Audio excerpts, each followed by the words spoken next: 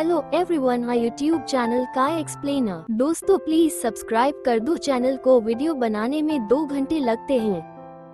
कोष्टक अध्याय 41। क्योंकि यह माउंट हुआ है 2। मैं सचमुच मरने जा रहा हूँ। क्यूई को टुकड़े टुकड़े कर दिया गया था। चुन म्यांग ने जितना संभव था उसका अधिकतम उपयोग करने की कोशिश की, लेकिन ऐसा कुछ भी नहीं था जिसका उपयोग किया जा सके। ये बिल्कुल सड़ी हुई मूली के खाने योग्य भाग को काटने जैसा था। क्यूई आवश्यक मानकों तक नहीं पहुंच पाए और शरीर से बाहर निकल गई। क्या गोली ऐसी चीज नहीं थी जिसका इस्तेमाल शरीर में क्यूई को बेहतर बनाने के लिए किया जाता था? लेकिन अब चुन म्यांग ये सब बाहर फेंक रहा था। यदि गोली बनाने वाले व्यक्ति ने ये देखा होता तो उसके मुंह से झाग निकलता और वह मर जाता। क्या आप चाहते हैं कि मैं सब कुछ खो दूं? यह शापित नींव। चुन म्यांग ने अपने डेंटियन में केवल शुद्धतम क्यूई ही एकत्रित की, लेकिन यह उनकी उम्मीद से बहुत कम थी। यहाँ तक कि एक गोली जिसे उसकी गुणवत्ता में सुधार करने के लिए बार बार परिष्कृत किया गया था, उसे भी चुन म्यांग के फाउंडेशन द्वारा अशुद्ध माना गया। क्यूई का केवल एक छोटा सा हिस्सा ही इस्तेमाल किया जा सका। हताश होकर उसने मुट्ठी भर शुद्ध क्यूई को दानतियन में धकेल दिया। 1 जल्द ही बचा हुआ सार चुंगम्यों की क्यूई के साथ उसके डेंटियन में विलीन हो गया और उसके पूरे शरीर में प्रसारित हो गया। एक पल में सब कुछ बदल गया। चुन म्यांग, जो पैर मोड़कर बैठा था, तैरने लगा। आमतौर पर आंतरिक शक्ति के उच्च स्तर के साथ भी ऐसा होना असंभव होता। हालांकि चुन की चुंगम्यों की क्यूई इतनी शुद्ध थी, इसलिए ये घटना, जो उनकी आंतरिक शक्ति की मात्रा से परे थी, घटित होने लगी। 1 एक स्पष्ट पारदर्शी क्यूई पूरे शरीर में घूमी, एक बार फिर घूमी। फिर इसने अशुद्ध ऊर्जा को छानना शुरू कर दिया। नहीं, चुन म्यांग का इरादा यह नहीं था। वह अपनी खोई हुई क्यूई को वापस पाने के बारे में सोच रहा था, लेकिन क्यूई उसकी इच्छा के विरुद्ध चली गई और उसके शरीर को फिर से बनाने लगी। उसकी दोनों टूटी हुई कलाइयां तुरंत ठीक हो गईं और जुड़ गईं, तथा उसके शरीर पर पड़े चोट के निशान पूरी तरह से ठीक हो गए, जैसे कि वे कभी थे ही नहीं। शशिश, उसके रोमछिद्रों से भाप के बादल की तरह पसीना और गंदगी बहने लगी। उसके शरीर में डेंटियन और यहाँ तक की रक्तवाहिकाएं भी चौड़ी और चौड़ी होने लगी। चुन म्यांग ने अपना सिर झुका लिया। वो स्वर्गीय उद्घाटन, निचला डेंटियन क्यूई, जो नाभि के नीचे से शुरू हुई, जहाँ सामान्यतः डेंटियन स्थित होता है, ने छाती में मध्य डेंटियन को बलपूर्वक खोल दिया और अब तो ऊपरी डेंटियन भी खुल गया था। ये भयानक था। दुनिया में हर चीज को एक उचित प्रक्रिया का पालन करना चाहिए। एक बच्चे को पहले रेंगना सीखना चाहिए, शायद वे थोड़े प्रयास से चल सके। लेकिन अगर रेंगना सीखने वाला बच्चा अचानक दौड़ने की कोशिश करे, तो वह निश्चित रूप से लड़खड़ाएगा और असफल हो जाएगा। इसे रोकने की जरूरत है। चुन म्यांग के शरीर के अंदर क्यूई हिल रही थी। अगर वह इसे नियंत्रित नहीं कर पाता, तो ये लगातार भड़कती रहती और उसके शरीर को नष्ट कर देती। स्थिति तेजी से बिगड़ती जा रही थी। भले ही यह प्रक्रिया उसके शरीर को ठीक करने में मदद कर रही थी, लेकिन कोई भी निश्चित नहीं था कि इसका अंतिम परिणाम क्या होगा। चुन म्यांग ने क्यूई को रोकने का प्रयास किया, हालांकि इसने उसकी इच्छा के विरुद्ध विद्रोह कर दिया और अपने रास्ते पर आगे बढ़ गया।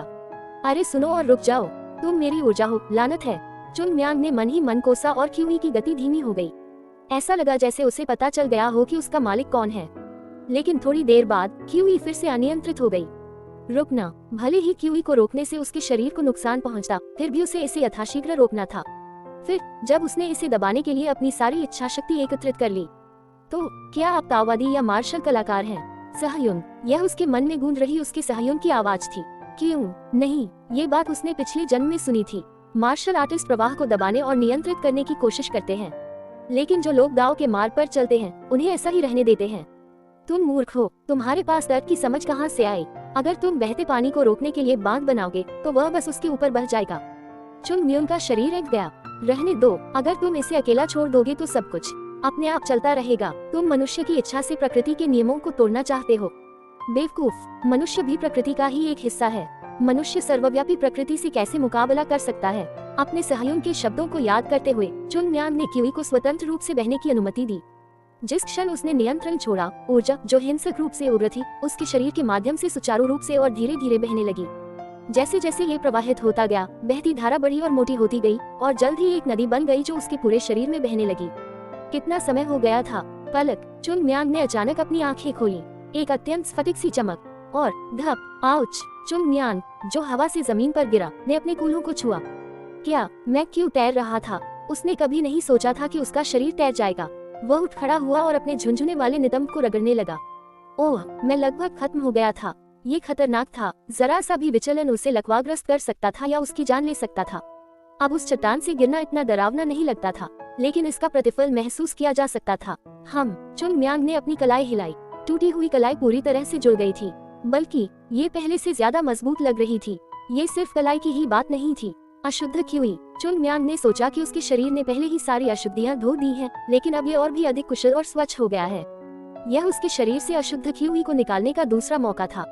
अगर वह भविष्य में फिर से ऐसा कर पाता तो उसका शरीर बेजोड़ स्तर तक पहुंच सकता था। लेकिन सबसे महत्वपूर्ण परिवर्तन मेरिडियन में थे। ऐसा लगा जैसे उसका पूरा शरीर खुल गया हो। मूलतः उनकी मध्याह्न रेखाएं एक छोटी पतली धारा थी जो चरमरा कर बहती थी, लेकिन अब वे समुद्र में बहती नदी की तरह चौड़ी हो गई थी। आंतरिक क्यूई भी बढ़ गई है। ये देखते हुए कि 1 वर्ष तक संचय करने से उसकी क्यूई में केवल नाखून के आकार के अंतर से ही वृद्धि होगी, रातों रात इतना सुधार होना उत्साहजनक था। शुद्ध जन्मजात क्यूई भी पुनः प्राप्त हो गई है। सभी एक साथ। मेरा डेंटियन बड़ा हो गया। चुन म्यांग के लिए शरीर उसकी मार्शल आर्ट के लिए एक वाहन है। अगर डेंटियन छोटा है तो ये सीमित होगा। जैसे जैसे वह एक नई दीवार को पार करता गया, डेंटियन बड़ा होता गया और वह जो झेल सकता था वह बढ़ गया। अभी तो यह चूहे की पूंछ के समान था, लेकिन फिर भी यही वह आधार था जिसके सहारे चुन म्यांग अपने अतीत से आगे निकलना चाहता था। संतुष्ट मुस्कान के साथ उसने सोचा, यदि साह्योग न होता तो यह एक आपदा होती। शायद एक बार मरने के बाद उसे अंततः आत्मज्ञान प्राप्त हुआ। साह्योग के शब्द, जिन्हें वह हमेशा से ही परेशान करने वाले मानते थे, ने एक नया अर्थ ग्रहण कर लिया और जब उसे इसकी आवश्यकता हुई तो उन्होंने उसकी मदद की। मैं तो बस एक तलवारबाज था, ताओवादी नहीं। माउंट हुआ ताओवाद और मार्शल आर्ट दोनों का घर था, लेकिन चुन म्यांग खुद को ताओवादी नहीं कह सकता था। क्या वह वास्तव में वर्तमान माउंट हुआ की मदद कर सकता है? ओह, चुन म्यांग ने अपना सिर खुजलाया। ऐसी चिंताओं से उसे कोई फायदा नहीं होगा। सबसे पहले चलो कुछ प्रयास करें। यदि वह काम न करे तो कुछ और प्रयास करें। चुन म्यांग चलते समय घबरा रहा था। हर कदम के साथ वह उम्मीद से ज्यादा आगे बढ़ रहा था, लेकिन अपने पिछले अनुभव की बदौलत उसने जल्दी ही खुद को ढाल लिया। क्लिक करें। चुन म्यांग ने गोलियों का डिब्बा निकाला और उसे अपनी आस्तीन में ठूंस लिया। छी, कितना दुर्भाग्यपूर्ण है। अब ये बात उसके लिए अर्थहीन थी। वह अपने शरीर की मरम्मत और विकास कर सकता था, लेकिन गोली की ऊर्जा उसके लिए केवल एक उत्प्रेरक थी जो माध्यम का काम करती थी। गोली स्वयं उसके विकास में योगदान नहीं देती थी। चुन म्यांग की अद्वितीय क्यूई की तुलना में यह अशुद्धियों के एक ढेर से ज्यादा कुछ नहीं था। अगर यह सर्वोच्च गोली होती तो चीजें बेहतर होती। गोलियों को माध्यम के रूप में इस्तेमाल करना बहुत बुरा लगा। उसके अलावा किसी और ने इसका कहीं ज्यादा असर देखा होता। टच। चुन म्यांग को इस बात से नफरत थी कि चीजें उसके लिए हमेशा मुश्किल बनी रहती थी। उसने चिंतन करने के लिए अपनी आंखें बंद कर ली। उसे बुरा महसूस करने की आवश्यकता नहीं थी। यद्यपि उसे स्नो प्लम ब्लॉसम गोली से ज्यादा ऊर्जा नहीं मिली, फिर भी वह एक ऐसा परिणाम प्राप्त करने में सफल रहा जो उसे सामान्यतः नहीं मिल पाता था, चाहे वह कितनी भी गोलियां क्यों न ले ले। मैं लालची हो रहा हूँ। आह चुन म्यांग, चलो उतना ही खाओ जितना तुम खा सको। चुन म्यांग ने पलटकर देखा। खटखट। संदूक में रखी शराब की 2 बोतलें उसकी कमर पर बंधी हुई थी। ऐसा नहीं है कि वह इसे पीना चाहता था। यह एक ऐसी हरकत थी जो मासूम जिज्ञासा से उपजी थी। वह बस ये जानना चाहता था कि 100 साल पुरानी शराब का स्वाद कैसा होगा। चुन म्यांग, जिसने शराब पीना समाप्त किया, गुफा के द्वार पर खड़ा हो गया और पीछे मुड़कर देखने लगा। यह अजीब लगता है। अतीत के निशान। माउंट हुआ इतना बदल गया था, फिर भी यह गुफा वैसी ही थी। जब चुन म्यांग इस गुफा में था तो उसे ऐसा लगा जैसे वह समय में पीछे चला गया हो। वह चुप गया और अधिक। चुन म्यांग, जो चुपचाप गुफा में देख रहा था, मुस्कुराया। मुझे किसी समय यहाँ पुनः आना होगा। पहले की तरह शराब पीने और मौज मस्ती करने के लिए नहीं, लेकिन फिर भी यह आराम करने के लिए एक अच्छी जगह थी। खैर, बहुत ज्यादा बार भी नहीं। अतीत को अतीत में ही रहने देना चाहिए। वह चुन म्यांग था, प्लम ब्लॉसम स्वॉर्ड संत। हालांकि अब वह नहीं था जो वह था। अब वह चुन म्यांग था, तीसरी श्रेणी का शिष्य। जो लोग अतीत से बंधे हैं वे भविष्य में आगे नहीं बढ़ सकते। अतीत एक मील का पत्थर था जो उसके जीवन को सही दिशा में ले जाएगा। तब चुन म्यांग गुफा से बाहर चला गया। स्वोश। उसका शरीर पहले से कहीं ज्यादा हल्का महसूस कर रहा था और वह पहले से कहीं ज्यादा कुशलता और चपलता के साथ आगे बढ़ने में सक्षम था। जैसे ही वह ऊपर की ओर बढ़ा, उसके हल्के पैर चट्टान से टकराए। उफ, कई छलांगे लगाकर और तेजी से ऊपर चढ़ते हुए चुन म्यांग चट्टान के शीर्ष पर पहुंच गया। इतना खराब भी नहीं। एक गहरी सांस। शिखर पर ताजी हवा ने उसे हल्के से सहलाया। फिर जैसे ही वह उसकी नाक को छूती, उफ, उसे उल्टी जैसा महसूस हुआ। तभी उसे एहसास हुआ कि उसके कपड़े गंदगी से भरे हुए हैं। कपड़े उतारते समय चुन म्यांग का चेहरा उदास हो गया। इस शरीर से क्या निकल रहा है? चुन म्यांग ने अपने कपड़े उतारे, अपनी उंगलियों से उन्हें ऊपर उठाया और एक गहरी सांस ली। हे भगवान, कुछ समझ में नहीं आ रहा। सबसे नजदीकी नदी कहाँ है? छात्रावास वापस जाने से पहले उसे कपड़े धोने होंगे। चुन म्यांग मुड़ा और पहाड़ से नीचे उतरा। उस दिन जो निर्दोष जानवर खुशी खुशी नदी में अपना गला ठंडा करने आए थे, उन्हें इस बात का जरा भी अंदाजा नहीं था कि उन्हें कई दिनों तक ऐसी त्रासदी झेलनी पड़ेगी। अध्याय 42। क्योंकि यह माउंट हुआ है 3। आह, बहुत ठंड है। पहाड़ पर होने वाली सुबह मैदानी इलाकों की सुबह से बिल्कुल अलग होती है। जब ठंडी हवा भोर की नमी से मिलती है तो ठंडक पैदा होती है जो हड्डियों तक पहुंच जाती है। सुबह की हवा में टहलते हुए तीसरी श्रेणी के शिष्य छात्रावास से निकलकर प्रशिक्षण कक्ष की ओर चल पड़े। मैं अब पूरी तरह जाग रहा हूँ। मैं भी जाग रहा हूँ, लेकिन मेरा शरीर बिल्कुल नहीं जागता। बहुत थका हुआ हूँ। तुम्हें मध्यस्थता करनी चाहिए थी। रात में ऐसा कौन करता है? हाँ ठीक है। व्यर्थ की बातें करते हुए तृतीय श्रेणी के शिष्यों ने व्यायामशाला के किनारे बनी झोपड़ी से अपने रेत के बोरे और पत्थर के थैले निकाले। वैसे हमें ये काम कब तक करना होगा? खैर, शायद तब तक जब तक हमें रुकने के लिए नहीं कहा जाता। ये कौन पूछेगा? तुम्हें नहीं मालूम? सभी शिष्यों ने एक ही चेहरे के बारे में सोचा। वह राक्षस जैसा कमीना, एक डरावना झटका। यद्यपि वे सभी एक ही वर्ग के शिष्य थे, फिर भी चुन म्यांग ने उन्हें पूरी तरह से अपने अधीन कर लिया था। चुन की प्रशिक्षण कठिन था, इसलिए कुछ लोग कभी कभी विद्रोह कर देते थे। हालांकि एक बार जब उन्हें छात्रावास की छत से टकरा दिया जाता था, तो वे जल्दी ही शांत हो जाते थे। जो चुन म्यांग के खिलाफ जाने वाली पहली व्यक्ति थी, और यहाँ तक कि यू जोंग भी शिकायत नहीं कर रहे थे, तो फिर अन्य लोग कैसे विद्रोह कर सकते थे? शिष्य जो गुल और यू जोंग से आगे निकलने के बारे में सोच भी नहीं सकते थे, जो उनसे बेहतर थे। उनके दृष्टिकोण से वे दोनों भी राक्षस थे। लेकिन क्या आजकल वह थोड़ा अजीब नहीं हो गया है? क्या वह ठीक नहीं दिख रहा है और वह प्रशिक्षण के लिए भी नहीं आता है? सही, शुरुआत में चुन म्यांग प्रशिक्षण में भाग लेता था और दूसरों को परेशान करता था, लेकिन हाल के दिनों में उसने अपना चेहरा भी नहीं दिखाया। तो फिर क्या ये सच है? क्या ये सच है? ऐसी अफवाहें थी कि उसने अपनी आंतरिक क्यूई को अतिभारित कर लिया था। आह, बिल्कुल नहीं, नहीं, नहीं, इसके बारे में सोचो। वह हर दिन दुबला और कमजोर होता जा रहा है और उसका स्वास्थ्य भी ठीक नहीं लगता, इसलिए वह प्रशिक्षण छोड़ता रहता है। शायद अगर वह आलसी होता तो बात अलग होती, लेकिन वह आलसी नहीं है। क्या यह अजीब नहीं है कि एक आदमी जो हम में से किसी से भी 3 गुना ज्यादा प्रशिक्षण लेता है, अचानक प्रशिक्षण के लिए आना बंद कर देता है? जब आप इसे इस तरह से रखते हैं, तो ये समझ में आता है। वहाँ उपस्थित सभी शिष्य ये बातचीत सुन रहे थे। तब किसी ने कुछ ऐसा कह दिया जो नहीं कहना चाहिए था। क्या हमें अब भी प्रशिक्षण लेना होगा? तृतीय श्रेणी के शिष्यों के चेहरे अचानक कठोर हो गए। दरअसल अब उनकी भावनाएं वैसी नहीं रही जैसी वे शुरू में थी। शुरू में वे प्रशिक्षण के लिए इसलिए जाते थे क्योंकि उन्हें ऐसा करने के लिए मजबूर किया जाता था, जिससे उनके शरीर में दर्द और असंतोष की भावना बनी रहती थी। लेकिन अब उन्हें एहसास हुआ कि वे प्रशिक्षण के माध्यम से मजबूत हो रहे थे। हालांकि उनके लिए अपने शरीर को शारीरिक रूप से प्रशिक्षित करना अपरिचित था, न कि अपनी क्यूई को विकसित करना, लेकिन वे अपने बढ़ते परिणामों को स्पष्ट रूप से देख सकते थे। उनका निचला शरीर अधिक स्थिर हो गया था। क्या मार्शल आर्टिस्ट के लिए इससे ज्यादा खुशी की कोई बात हो सकती है कि वे मजबूत हो जाएं? हालांकि उनके शरीर थके हुए और कमजोर थे, फिर भी वे प्रशिक्षण की सराहना करने लगे और उसका आनंद लेने लगे। लेकिन जैसे ही उन्होंने ये सुना, वे भावनाएं जो उन्होंने दबा रखी थी, उन पर हावी होने लगी। मैं हर दिन छुट्टी नहीं ले सकता, लेकिन नहीं, सिर्फ एक बार। अत्यधिक प्रशिक्षण भी अच्छा नहीं है। मुझे नहीं लगता कि इसे कम करना बुरा होगा। सबके विचार बदल गए। शायद अगर चुन म्यांग यहाँ नहीं है, उनके जहरीले विचार तब तक चलते रहे जब तक वे प्रशिक्षण हॉल में नहीं पहुँच गए। सुबह सुबह की ट्रेनिंग, जिसे वे सहज ही मानते थे, अचानक उनके मन में इन विचारों के बहकावे के कारण और भी ज्यादा परेशान करने वाली लगने लगी। खैर, वे बच्चे थे, इसलिए यह अपरिहार्य था। देखो, वह आज भी यहाँ नहीं है। क्या वह सचमुच बुरी तरह घायल है? तो फिर क्या हम पीछे नहीं हट सकते? निर्णायक झटका। शिष्यों द्वारा चुन म्यांग का अनुसरण करने के 3 स्पष्ट कारण थे। प्रथम, यदि सभी शिष्य भी दौड़े तो भी कोई भी चुन म्यांग को नहीं हरा सकता था। दूसरा, चुन म्यांग को उनके छात्रावास के पर्यवेक्षक अन जेओंग का समर्थन प्राप्त था। यदि कोई शिष्य सीमा से बाहर चला जाता है और उसे नियंत्रित नहीं किया जा सकता है, तो आपको अपने वरिष्ठ के सामने इस बारे में बात करनी चाहिए। लेकिन जब वरिष्ठ उनके पक्ष में हो तो आप क्या कर सकते हैं? और अंत में, चुन म्यांग अजीब तरह से समझदार था। जब प्रशिक्षण की बात आती थी, तो वह एक राक्षस था जो दूसरों पर हमला करता था और असहमति को कुचल देता था, लेकिन वह दूसरों को धमकाता नहीं था या उन्हें अपने लाभ के लिए कुछ भी अनुचित करने के लिए मजबूर नहीं करता था, सिर्फ इसलिए कि वह अधिक शक्तिशाली था। इस कारण वे जोगुल के अधीन अनुशासित होने के समय की अपेक्षा वर्तमान परिस्थितियों को अधिक पसंद करते हैं। लेकिन अब 3 कारणों में से पहला कारण ध्वस्त हो गया। क्या हम पीछे नहीं हट सकते? वह तो पहले से ही मात्र चमड़ी और हड्डियां मात्र रह गया है। यदि हम सब मिलकर काम करें तो क्या हम जीत नहीं जाएंगे? उनकी आंखें दृढ़ निश्चय से चमकने लगी। ये देखकर जो गुल ने आह भरी। सहयुन, उन्हें रहने दो। यू जोंग मुस्कुराया। वे जल्द ही सच्चाई देख लेंगे। ये तब की बात है कि व्हाइट ब्लॉसम ट्रेनिंग हॉल का दरवाजा खुलते ही सभी के सिर दूसरी तरफ मुड़ गए। सिर्फ चुन म्यांग गायब था। दूसरे शब्दों में, ये चुन म्यांग ही था जो आने वाला था। उसके अलावा कोई और यहाँ प्रशिक्षण के लिए नहीं आ सकता। दरवाजा खुल गया। सभी तृतीय श्रेणी के शिष्यों ने अपना सिर घुमा लिया। क्या ये बहुत चमकदार है? कुछ चमक रहा था। जो लोग रोशनी से लड़ रहे थे और जो अंदर छिपा था उसे देख रहे थे, वे चौंक कर अपनी आंखें चौड़ी कर रहे थे। चुन म्यांग आ रहा था। हाँ, निश्चित रूप से वही था। लेकिन जिस आदमी को वे देख रहे थे वो कल जैसा नहीं था। स्पष्ट रूप से चुन म्यान वही था। उसे क्या हुआ? क्या उसने अपने चेहरे पर तेल लगाया? क्या उसने कुछ जंगली जिनसेंग उठाया और उसे खा लिया?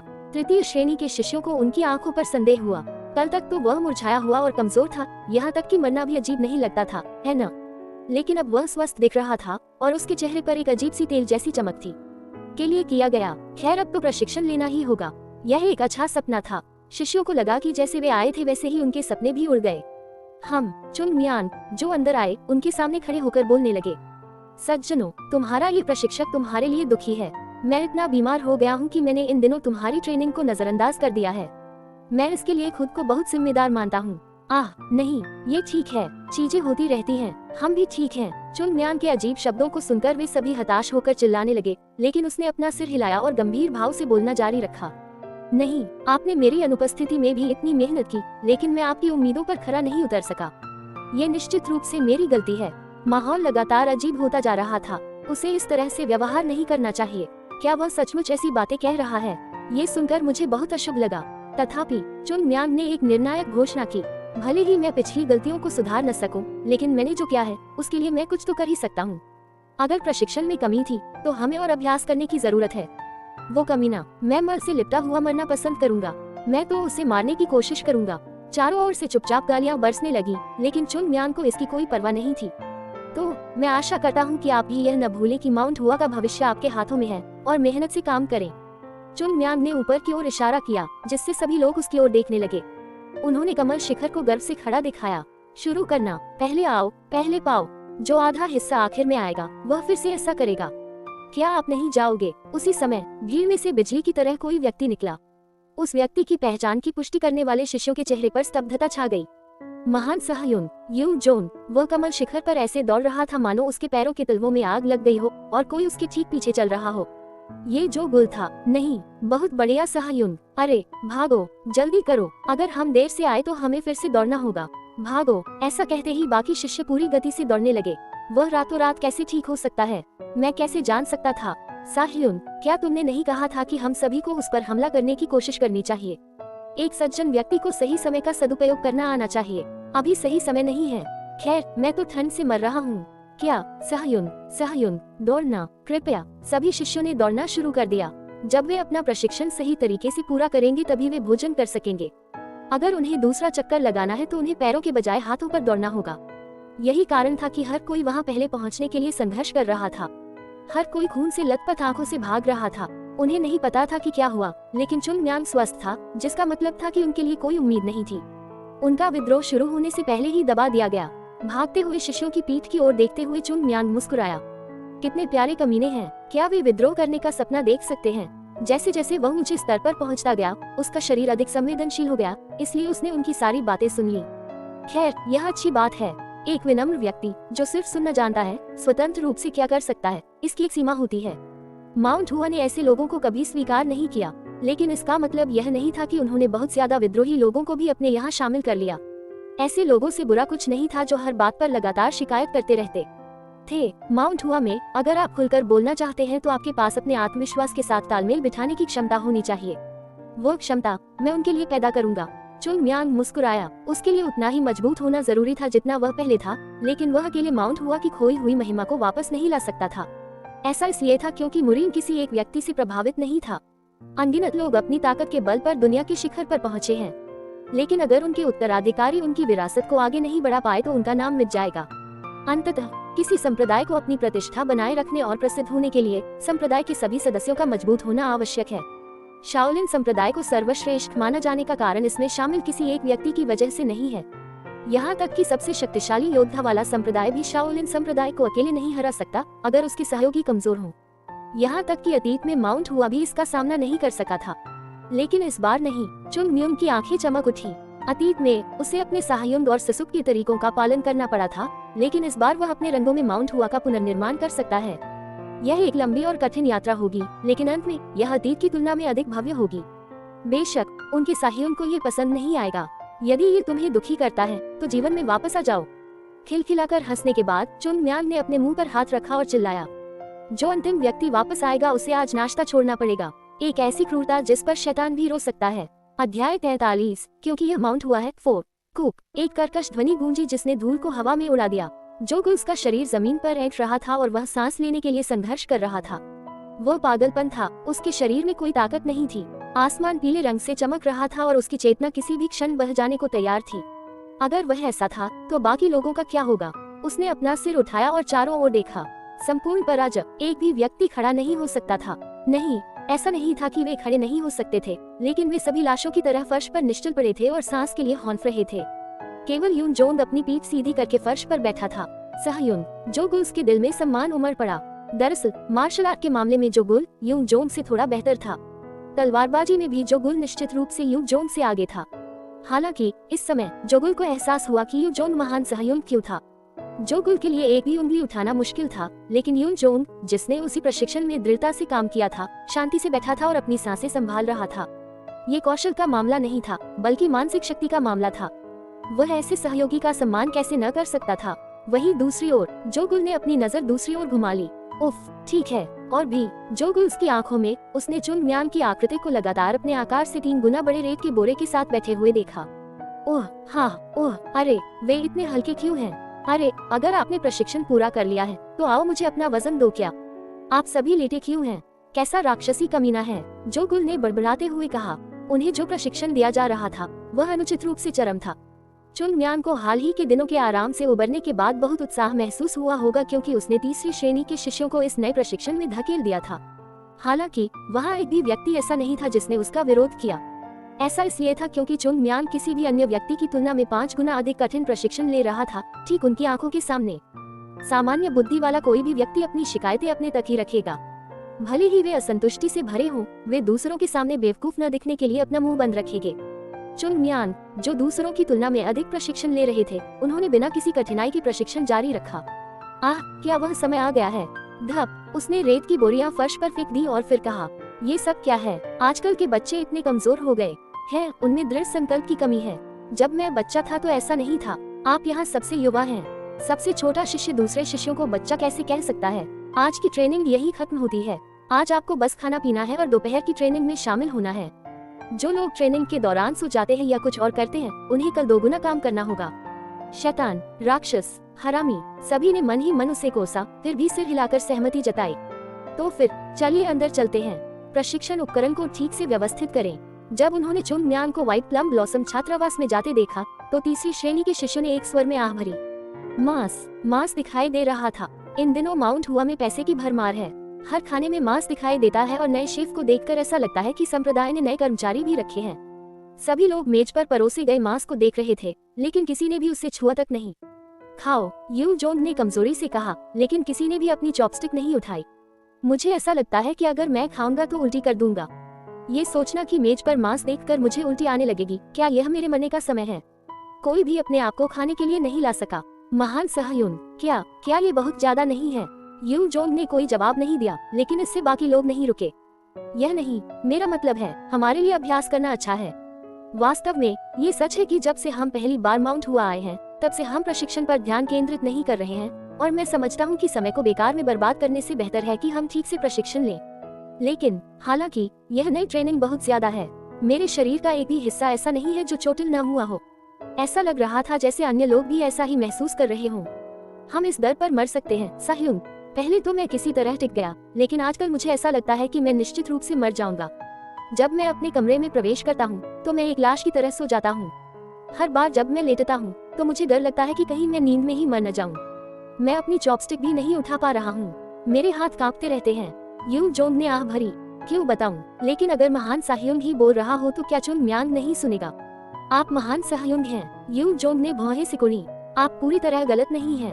अतीत में यू जोंग और जोगुल ने इस बारे में बात की थी, लेकिन अभी वह खुद को रोक नहीं सका। यू जोंग भी अपनी सीमा तक पहुंच रहा था।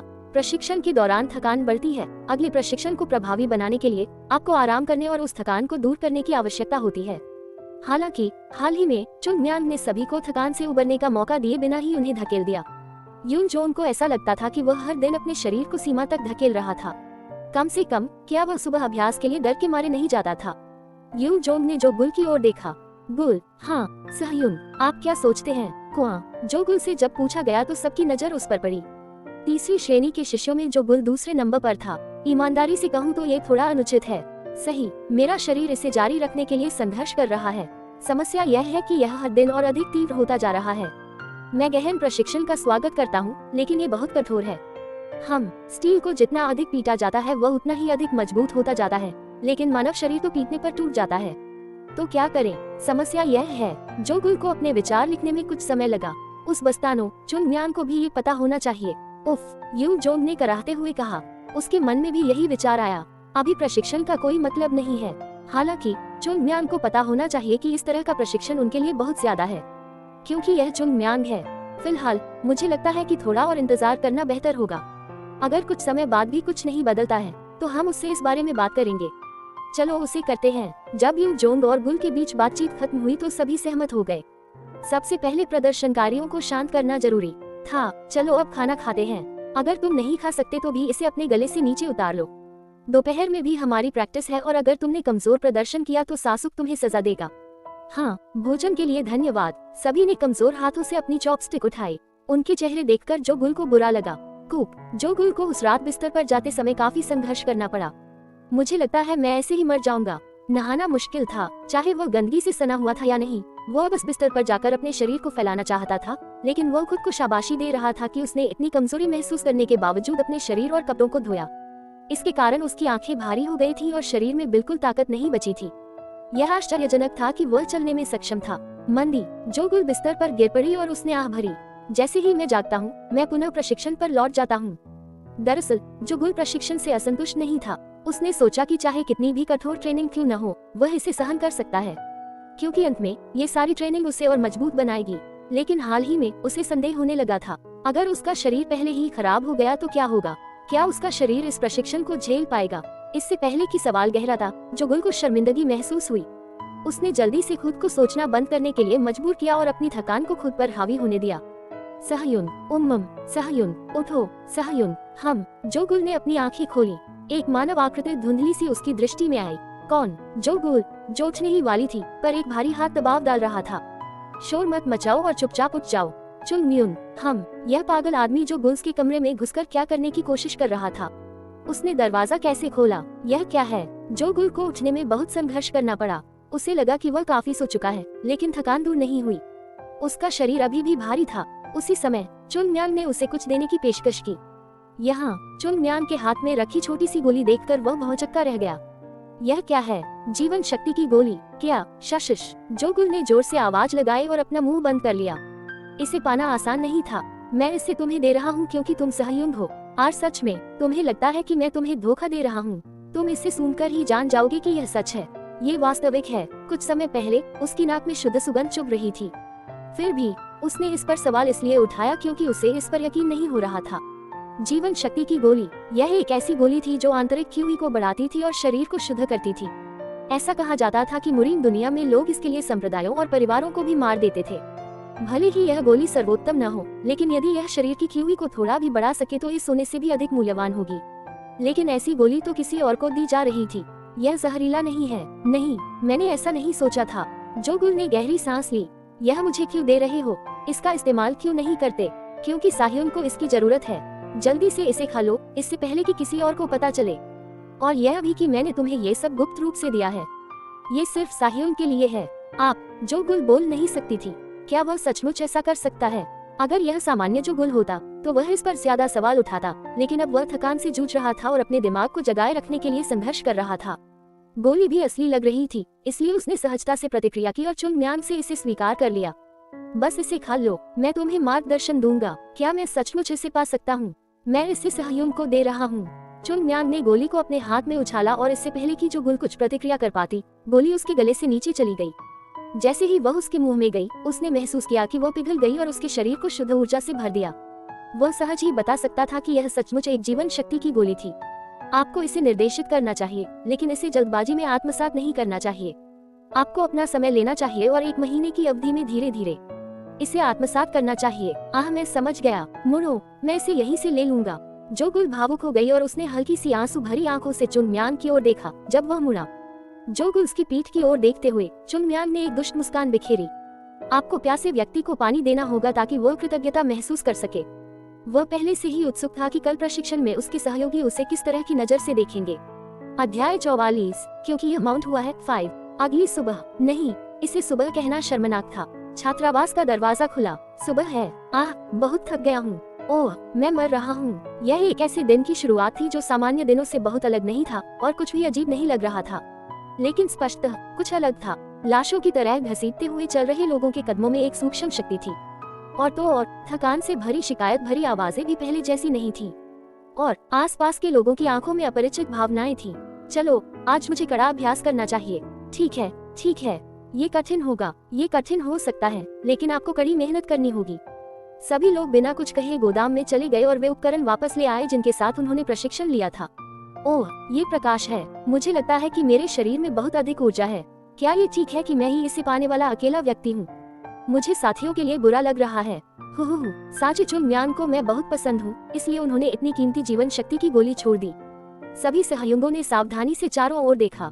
यदि दूसरों को पता चले कि मुझे शक्तिवर्धक गोली मिली है और मैंने उनके बिना ही उसे खा लिया, तो क्या वे निराश नहीं होंगे? मुझे बुरा लग रहा है, लेकिन जीवन शक्ति की गोली ऐसी चीज नहीं है जिसे साझा किया जा सके। क्या किसी और को भी मिला? उनमें से हर कोई सोचता रहा। चुन की चुन म्यांग ने उन्हें ये बात गुप्त रखने को कहा था, इसलिए वे गलती से भी यह बात कहने के बारे में नहीं सोच सकते थे। यद्यपि उन सभी के चेहरों पर अजीब भाव थे, लेकिन माउंट हुआ के तृतीय श्रेणी के शिष्यों ने कभी नहीं सोचा था कि सभी शिष्यों को एक एक गोली मिल गई है। क्यों? ये सरल है। जीवन शक्ति की गोलियां ऐसी चीज नहीं है जो बड़ी मात्रा में प्राप्त की जा सकती है। सभी शिष्यों को जीवन शक्ति की गोली खिलाने के लिए 1000 से ज्यादा सोने की जरूरत होगी। भले ही आपके पास पैसे हों, लेकिन इस बात की कोई गारंटी नहीं है कि आपको इतनी सारी गोलियां बेचने के लिए कोई मिल जाएगा। और चुन म्यांग ने दूसरों को देने के लिए इतना कुछ क्यों खरीदा? मुझे इतनी कीमती जीवन शक्ति की गोली दी गई। कुआह, मुझे गर्मी लग रही है। इसके अलावा जिन लोगों ने जीवन शक्ति की गोलियां ली थी, उन्हें दवा की प्रभावकारिता का एहसास हुआ। उनके शरीर में लगातार गर्म ऊर्जा बढ़ती जा रही थी। क्यूई अभी तक पूरी तरह से अवशोषित नहीं हुई थी, लेकिन थोड़ी सी मात्रा ही उनकी थकान को दूर करने और उनकी आंतरिक क्यूई में सुधार करने के लिए पर्याप्त थी। उनकी प्रेरणा पुनर्जीवित हो गई। धप, प्रशिक्षण कक्ष का दरवाजा खुला और चुन म्यांग बाहर आया। उसे आते देख शिष्य पंक्तिबद्ध हो गए। ये देखकर चुन म्यांग मुस्कुराया। अच्छा, चमकीली और जोशीली आंखें। शिष्यों की आंखें, जो उसे घूर रही थी, ऐसी चमक से चमक रही थी जो आकाश में टिमटिमाते भोर के तारों से भी अधिक चमकीली थी। वे क्यों नहीं होंगे? चुन म्यांग के लिए जीवन शक्ति की गोलियां खाना बेकार था और उन्हें बेचना बेकार था। हालांकि उनके दृष्टिकोण से यह एक अमूल्य खजाना था जिसे वे आमतौर पर कभी प्राप्त नहीं कर पाते। अगर शिष्यों को पता होता कि चुन म्यांग द्वारा दी गई जीवन शक्ति की गोली कोई सामान्य खरीदने योग्य गोली नहीं थी, बल्कि अतीत में माउंट हुआ द्वारा बनाई गई थी, तो प्रतिक्रिया और भी तीव्र होती। वह बहुत अच्छा आदमी निकला। कुक, इसका प्रभाव बहुत बढ़िया है। यह एक अनमोल जीवन शक्ति की गोली है। निष्ठा। शिष्यों ने चुन म्यांग को गर्मजोशी भरी नजरों से देखा, इतनी गर्मजोशी से कि चुन म्यांग को भी थोड़ी शर्मिंदगी महसूस हुई। तो यही कारण था कि मेरे सहयोगी ने कभी कभी उन लोगों को जीवन शक्ति की गोलियां दी जो उनकी बात नहीं सुनते थे। उन्होंने महसूस किया कि लोगों को संभालने के लिए सिर्फ चाबुक से ज्यादा की जरूरत होती है। अब क्या हमें आज एक साफ सुथरी शुरुआत करनी चाहिए? ओह, चुन म्यांग ने कमल शिखर की ओर इशारा किया। वहाँ जाएं। वाह, मैं आज नंबर 1 बनूंगा। हटो, मैं आ रहा हूँ। साह्युन को शिखर की ओर दौड़ते देख चुन म्यांग हंस पड़ा। कुछ समय तक यह आरामदायक रहेगा। यह अजीब बात है। अंजियोन्स की आंखें संकुचित हो गईं। उसके सामने तीसरी श्रेणी के शिष्य हमेशा की तरह लकड़ी की तलवारें चला रहे थे। यह उससे कुछ अलग नहीं था जो उसने अब तक देखा था। हालांकि अंजियोन की तेज नजर ने एक सूक्ष्म अंतर को पहचान लिया। तलवार स्थिर है। ये वही तलवारबाजी थी, लेकिन तीक्ष्णता और स्थिरता भिन्न थी। शिष्यों की ओर देखते हुए अंजियोन की आंखें और भी संकुचित हो गईं।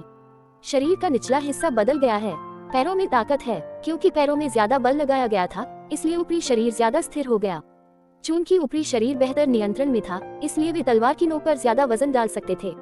एक अच्छी बात, अगर तलवार की नोक स्थिर है, तो क्या इसका मतलब यह नहीं है कि वे तकनीक का सही तरीके से इस्तेमाल कर रहे थे?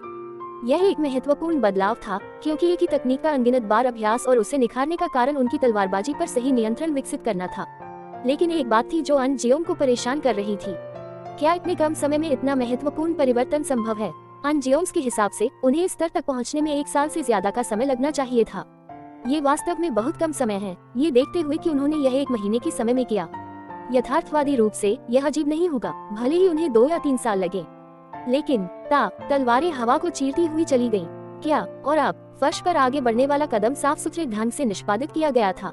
ओह, अंजियोन ने कहा। यह अच्छी बात थी कि शिष्य की उपलब्धियां बढ़ गई थी, लेकिन वह समझ नहीं पा रहा था कि यह कैसे हुआ। क्या ये सुबह का प्रशिक्षण था? अंजियोम की नजर चुंग म्यांग पर पड़ी, जिसने पीछे से तलवार तान रखी थी। यही एकमात्र कारण था जिसके बारे में वह सोच सकता था। उसे बहुत गहराई से सोचने की जरूरत नहीं थी। चुंग म्यूंग के आने के बाद ही शिष्यों ने ज्यादा प्रशिक्षण लेना शुरू किया। सटीक रूप से कहे तो चुंग म्यूंग ने सुबह का प्रशिक्षण शुरू करने के बाद ही ऐसा किया। अंजियोम की भौहें गहरी हो गईं। क्या प्रशिक्षण इतना प्रभावी था? अंजियोम ने प्रशिक्षण की अनुमति दी क्योंकि तृतीय श्रेणी के शिष्य स्वयं अभ्यास करने के लिए तैयार थे। बेशक अंजियोम का अपने लिए भी कुछ प्रशिक्षण समय चाहना अधिक यथार्थवादी कारण था। मैंने सोचा कि इससे उन्हें थोड़ी अधिक प्रेरणा मिलेगी। क्या इसका प्रभाव बहुत ज्यादा था? ये बहुत ज्यादा चरम था। इसके अलावा शिष्यों को ये भी एहसास हुआ कि उनकी कुशलताएं बढ़ रही हैं, इसलिए वे प्रशिक्षण लेने के लिए पहले से कहीं ज्यादा उत्साहित थे। हाँ, यह अजीब लगा। वह कब से व्हाइट प्लम ब्लॉसम छात्रावास के बच्चों की देखभाल कर रहा था। आखिरकार शिष्यों की आंखों में इतनी चमक देखने के लिए ये शर्मनाक है। शिष्यों ने बहुत उत्साहपूर्वक प्रशिक्षण लिया, लेकिन क्या अंजियोम के पास कभी ऐसा जुनून था जब उन्होंने उन्हें पढ़ाया? क्या वह अपने ऊपर डाले गए काम से लगातार परेशान नहीं रहता था? अंजियोम ने आह भरी। हालांकि मैं जानता था कि वे माउंट हुआस के शिष्य थे और वे हमारा भविष्य निर्धारित करेंगे, फिर भी मैं उनकी देखभाल करने में लापरवाह था। जितना अधिक वह इसके बारे में सोचता, उतना ही अधिक उसे शर्म महसूस होती। वह इस बात पर शर्मिंदा है कि वह स्तंभ नहीं बन पाया जिसकी शिष्यों को आवश्यकता थी। सभी शिष्यों की तलवारें एक साथ आकाश की ओर उठी हुई थी। ये देखकर अंजियोम ने अपना सिर हिलाया। महान, एक शब्द जो उसके हृदय से गूंज रहा था। आपकी तलवारें बहुत सजीव लग रही हैं। वह नहीं जानता था कि और क्या कहना है। अंजियोम की नजर चुंग म्यांग पर पड़ी। यह अजीब था। माउंट हुआ में पहले बहुत ज्यादा बदलाव नहीं हुआ था, लेकिन चुंग म्यांग के आने के बाद से लगातार बदलाव हो रहे हैं। संप्रदाय की वित्तीय समस्या बिना किसी परेशानी के हल हो गई और शिष्य पूरे जोश के साथ अभ्यास कर रहे थे। इसके अलावा क्या उसने नहीं देखा कि उनके कौशल में सुधार हो रहा था? क्या ये सब महज संयोग था? या अंजियोम ने अपना मुंह खोला। जैसा कि आप सभी जानते हैं, नियमों के अनुसार आपको ताई फ्लिमॉक्स तलवार सीखनी चाहिए। आप सभी को कड़ी मेहनत करते हुए देखने के बाद मुझे लगता है कि मुझे नियमों को तोड़ देना चाहिए और तकनीक को पहले ही पास कर देना चाहिए। ओह, ताई फ्लिमॉक्स तलवार! शिष्यों को खुश होते देख अंजियोम मुस्कुराया। कड़ी मेहनत करने वालों को पुरस्कार दिए गए और पुरस्कार पाने वालों ने और भी कड़ी मेहनत की। अगर इस चक्र को प्रोत्साहित किया जा सके तो ये बच्चे माउंट हुआ संप्रदाय का प्रतिनिधित्व करने के लिए अच्छे से विकसित होंगे। इसलिए आलसी मत बनो और अभ्यास करते रहो। जी श्रीमान, ठीक है, तो फिर प्रशिक्षण पर वापस। जीवंत शब्द पूरे हॉल में गूंज उठे और अंजियोम मुस्कुराए। ये तब की बात है। कोई व्यक्ति तेज कदमों से हॉल की ओर आया। क्या अंजियोम यहाँ है? अंजियोम ने आश्चर्य से अपना सिर घुमाया। एस संप्रदाय नेता। अंजियोम ने अपनी अभिव्यक्ति को समायोजित किया और ह्यून जोन को उत्सुक आंखों से देखा। संप्रदाय के नेता का प्रशिक्षण हॉल में आना दुर्लभ था। आपने बहुत मेहनत की है। मुझे आपसे कुछ बात करनी है। क्या आप थोड़ा समय निकाल सकते हैं? हाँ, संप्रदाय नेता। अंजियोम शिष्यों की ओर मुड़े और बोले, जहाँ तक आपकी तलवारबाजी का सवाल है, इसे फिर से करें। ह्यून जोन को अचानक आते देख अंजियोम हैरान रह गया। बच्चों को प्रशिक्षण जारी रखने के लिए छोड़कर दोनों बुजुर्ग हॉल की दूसरी ओर चले गए, जहाँ अंजियोम ह्यून जोन के बोलने का इंतजार कर रहे थे। एक गीत। हाँ, संप्रदाय नेता, एक समस्या आ गई है। ह्यून जोन ने अपनी आस्तीन से एक किताब निकाली और अंजियोम को थमा दी। अंजियोम ने किताब पाकर पूछा, ये है? यह उस संदूक से निकला जो हमें मिला था। अंजियोम ने देखा कि ह्यून जोन उसे किताब पढ़ने के लिए इशारा कर रहा था, इसलिए उसने जल्दी जल्दी किताब पढ़नी शुरू कर दी। संप्रदाय नेता, इस 6 संतुलन तकनीक। हाँ, यह है। अंजियोम ने भौहें सिकुड़ी। 6 का संतुलन माउंट हुआ की आधारभूत तकनीक थी। हालांकि इसे 6 के सच्चे संतुलन से बदल दिया गया। लेकिन तुम क्यों? क्या तुमने सब कुछ देखा? हाँ, जब मैंने इसे पहली बार पढ़ा तो मैंने भी जल्दी से इस पर नजर डाली क्योंकि स्थिति काफी व्यस्त थी। आखिरी अध्याय देखो, वहाँ कुछ लिखा है। अंजियोम ने जल्दी से उसे खोला। उसमें जो लिखा था उसे देखकर उसका चेहरा बिगड़ गया। अंजियोम के हाथ कांपने लगे। एक पत्र। उत्तराधिकारियों को माउंट हुआ कि मार्शल आर्ट को विकसित करना और उसमें बदलाव करना गलत नहीं है। मार्शल आर्ट को प्रभावी होने के लिए लगातार बदलाव और विकास की आवश्यकता होती है। लेकिन 6 का संतुलन माउंट हुआ का आधार है, माउंट हुआ की रीढ़ है। 6 के संतुलन को बदलना या बदलना माउंट हुआ के सार को बदलने से अलग नहीं है। इस तथ्य को ध्यान में रखना चाहिए। मेरे प्रिय उत्तराधिकारी, अध्याय 45। अगर कुछ गलत हो जाए तो नाराज मत हो। यह क्या है? अंजियोम, जो हैरान था, ह्यून जोन को घूरता रहा। ह्यून जोन दूर पहाड़ की ओर देखता रहा। ऐसा लग रहा था कि उसके पास कहने के लिए शब्द नहीं थे। 6 का संतुलन, मानो उसका मन उलझ गया हो, सारी चीजें अव्यवस्थित लग रही हो। इक्विलिब्रियम ऑफ 6 तकनीक माउंट हुआ में सिखाई जाने वाली सबसे बुनियादी शिक्षा है और इसे कई सालों तक समर्थन मिला। जिस तरह पहली बार तलवार पकड़ने वालों को उसे पकड़ना सीखना चाहिए, उसी तरह जो पढ़ना सीखते हैं उन्हें पहले अक्षर याद करने चाहिए। माउंट हुआ में सभी मार्शल आर्ट इक्विलिब्रियम ऑफ 6 से शुरू हुए, लेकिन समय बीत गया और चीजें बदल गईं। माउंट हुआ अब ऐसी स्थिति में नहीं था कि वे एक व्यवस्थित दृष्टिकोण के साथ एक धीमी तकनीक सिखा सके। उन्हें चीजों को तेजी से तैयार करना था और तेजी से आगे बढ़ना था। क्या यही कारण नहीं था कि सभी ने मिलकर 6 तलवारों के सच्चे संतुलन का आविष्कार किया? 6 के संतुलन के विपरीत इसे तेजी से सीखा जा सकता है और यह नए भर्ती के लिए अधिक व्यावहारिक है। संप्रदाय के नेता, क्या हम सब इस निष्कर्ष पर नहीं पहुँचे हैं कि हमें माउंट हुआ की ओर तेजी से बढ़ना होगा? सही, लेकिन इस ह्यून जोंग ने आह भरी, इसलिए मैं आपकी राय सुनने के लिए यहाँ आया हूँ। जैसा कि आपने कहा, यह माउंट हुआ की इच्छा थी जिसने हमारी नींव को 6 तलवारों के सच्चे संतुलन में फिर से परिभाषित किया। लेकिन हमारे पूर्वजों के शब्द भी महत्वपूर्ण है ना? अनजियोम ने अपना सिर हिलाया। यह कोई सलाह नहीं थी जो बेतरतीब ढंग से दी गई थी, बल्कि उनके पूर्वजों के शब्द थे जिन्होंने उनके लिए रास्ता बनाया। सभी संप्रदाय अपने से पहले आए लोगों द्वारा निर्धारित मार्ग पर चलने के लिए कड़ी मेहनत करते हैं, तो फिर वे संप्रदाय बनाने वालों की स्पष्ट इच्छा को कैसे नकार सकते थे? आप क्या सोचते हैं मैं कैसे कर सकता हूँ? आप माउंट हुआ के बच्चों को पढ़ाते हैं। जब उनके भविष्य की बात आती है तो मैं आपकी राय पर विचार किए बिना नहीं रह सकता। किसी भी अनावश्यक बात के बारे में न सोचें, बस अपने दिल की बात कहें। अनजियोम ने गहरी सांस ली। यह मुश्किल है, परंपरा का पालन करना है या बदलाव का चुनाव करना है, इस पर लोग हमेशा विचार करते रहते थे, क्योंकि यह ऐसा सवाल नहीं था जिसका कोई सही जवाब हो। संप्रदाय के नेता, हमने 6 तलवार तकनीक का सच्चा संतुलन इसलिए बनाया क्योंकि हमारे पास माउंट हुआ में ज्यादा समय नहीं था। सही, अंत में मूल विधि में समय लगा। मूल तकनीक की श्रेष्ठता को कौन नहीं जानता? हालांकि माउंट हुआ के पास अपने शिष्यों को इत्मीनान से बढ़ाने का समय नहीं था। अभी वे पतन के कगार पर थे, इसलिए वे धीमी विधि का विकल्प नहीं चुन सकते थे। इसीलिए मैं आपसे पूछता हूँ, क्या आप मानते हैं कि माउंट हुआ का अब कोई भविष्य है? ह्यून जोंग ने भौहें से सुनी। ये भी एक कठिन प्रश्न था। भविष्य? माउंट हुआ ने सबसे भयावह समस्याओं में से एक का समाधान कर दिया है। हालांकि यह सबसे जरूरी मुद्दा था, फिर भी कई समस्याएं अभी भी बनी हुई हैं। इसका कोई आसान जवाब नहीं है। कृपया समझे कि इसका उत्तर स्पष्ट रूप से नहीं दिया जा सकता। संप्रदाय नेता, मानो उसने निर्णय ले लिया हो। अनजियोम ने अपना मुंह खोला। तो फिर मैं इसके खिलाफ हूँ। ऐसा कैसे? क्योंकि यह आसान नहीं है। अनजियोम ने आह भरी। हालांकि दोनों तकनीकें एक ही मूल से आई थी, फिर भी वे अलग अलग थी। सबसे पहले जो बुनियादी बातें उन्होंने सिखाई वे अलग अलग थी। इक्विलिब्रियम ऑफ 6 धीमा और व्यवस्थित था, जो धीरे धीरे एक एक कदम आगे बढ़ते हुए व्यक्ति की नींव को विकसित करता था। दूसरी ओर उनकी नई तकनीक ने तेजी से उन्नति और त्वरित विकास की अनुमति दी, लेकिन इसमें स्थिरता का अभाव था। बच्चे जल्दी सीखते हैं। ये बच्चे पहले से ही अपने शरीर से मार्शल आर्ट सीख चुके हैं। जो सिखाया गया है उसे फिर से लिखना और उन्हें शुरू से फिर से सिखाना मुश्किल होगा। ऐसा ठीक से न करने पर विनाशकारी परिणाम हो सकते हैं। सबसे बढ़कर पिछली तकनीक के लिए स्थिर निचले शरीर और ताकत की आवश्यकता होती है। अब बहुत देर हो चुकी है। अनजियोम ने अपना सिर हिलाया। मुझे नहीं लगता कि हमारे पूर्वजों की बातें गलत थी। अगर संभव हुआ तो मैं भी उनके बताए मार्ग पर चलना चाहूंगा, लेकिन हकीकत में ऐसा करना असंभव है। क्या आप सचमुच ऐसा सोचते हैं? हाँ, संप्रदाय नेता, आपने कहा कि 6 के संतुलन के लिए क्या आवश्यक था? स्थिर निचला शरीर और ताकत। जब ह्यून जोंग ने बच्चों के प्रशिक्षण को देखने के लिए अपना सिर घुमाया तो अनजियोम ने अचंभित होकर पलकें झपकाईं। स्थिर निचला शरीर, ताकत, उनका प्रशिक्षण अच्छा रहा होगा, है न? उसने उन्हें इस तरह प्रशिक्षित नहीं किया। क्या उस बच्चे ने ऐसा किया? अनजियोम ने चुंग म्यान की ओर देखा, जो पीछे अपनी लकड़ी की तलवार घुमा रहा था। नहीं, नहीं, ये स्थिति जटिल थी, लेकिन ये बहुत अनुचित लग रही थी। चुंग म्यान मार्शल आर्ट वाले परिवार से नहीं था, और ऐसा कोई तरीका नहीं था जिससे वह पहले से इसका अनुमान लगा सके। मुझे ऐसा लगता है कि बच्चों को अपनी तकनीकें दोबारा सीखने में ज्यादा कठिनाई नहीं होगी, है ना? खैर, लेकिन बच्चे भ्रमित हो सकते हैं। अनजियोम, क्या ये हमारा काम नहीं है कि हम अराजकता और भ्रम को प्रबंधित करें और उन्हें सही रास्ते पर ले जाएं? अनजियोम ने अपना सिर हिलाया। क्या बच्चे भ्रमित हैं या आप? एस संप्रदाय के नेता, क्या आप मुझे एक क्षण दे सकते हैं? मैं एक बच्चे से पूछना चाहता हूँ। बच्चों में से एक। यह मैं नहीं हूँ जो ये तकनीक सीख रहा हूँ। वास्तव में सबसे अच्छा तरीका जानने के लिए मुझे लगता है कि सीधे उन बच्चों से पूछना बेहतर है जो मार्शल आर्ट सीख रहे हैं। वह एक अच्छा विचार है। शिक्षण एक ऐसी चीज है जो ऊपर से नीचे की ओर प्रवाहित होती है। शिक्षा प्राप्त करने वाले बच्चे ही होंगे। वे क्या सोचते हैं ये भी महत्वपूर्ण है। फिर ह्यून जोंग, चुंग म्यून। ह्यून जोंग की बात पूरी होने से पहले ही अनजियोम ने जोर से चुंग म्यान को आवाज लगाई। चुंग म्यान, जो अपनी तलवार लहरा रहा था, अचानक हुई इस पुकार से चौंक गया। यहाँ आओ, ये कहते हुए चुंग म्यान ने अपनी तलवार नीचे कर दी और बुजुर्गों के पास पहुँचा। तुमने बुलाया, मैं तुमसे कुछ पूछना चाहता हूँ। हाँ, अनजियोम ने सांस छोड़ी और अपना मुंह खोला। आपके अनुसार क्या बेहतर है, धीमी गति से और अधिक ऊंचाई पर जाना या निश्चितता के साथ तेज गति से जाना? ह्यून जोंग, जो किनारे से सुन रहा था, के चेहरे पर असहमति के भाव थे।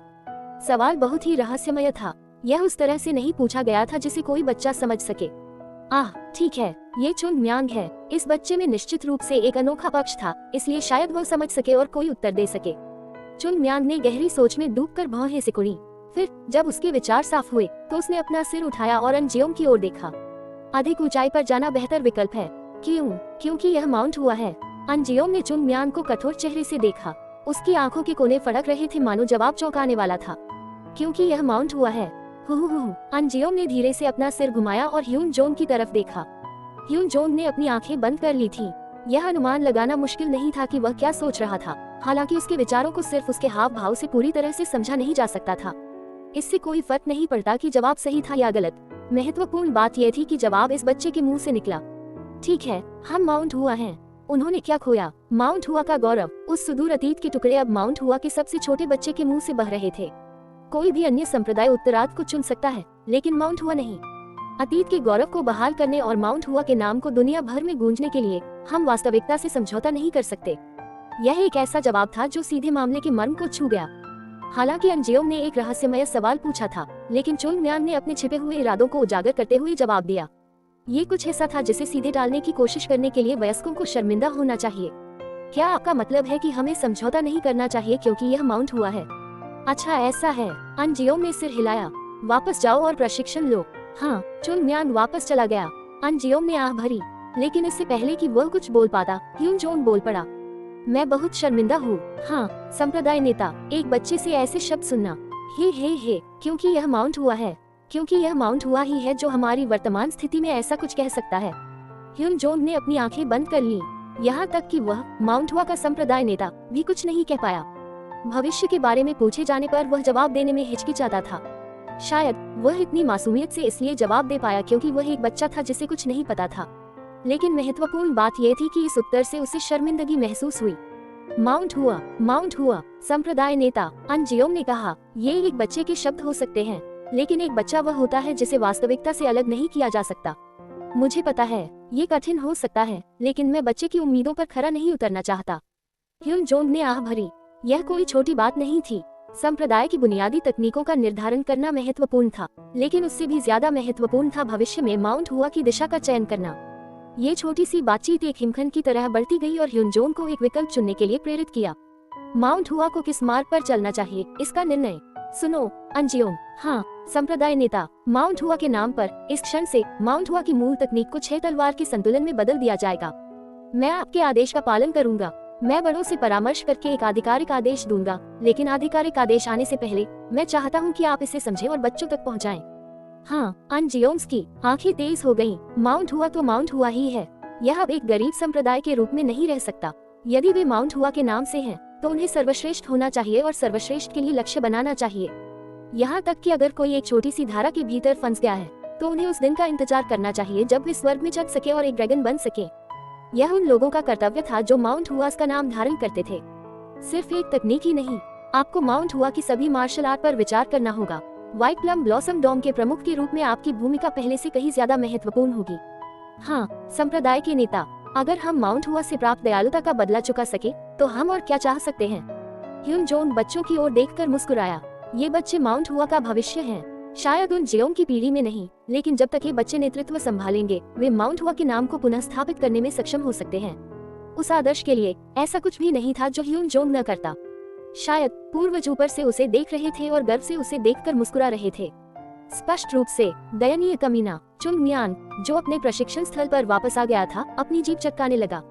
ऐसा लगता है जैसे दो बुजुर्ग अकेले एक साधारण निर्णय पर भी नहीं पहुंच सके।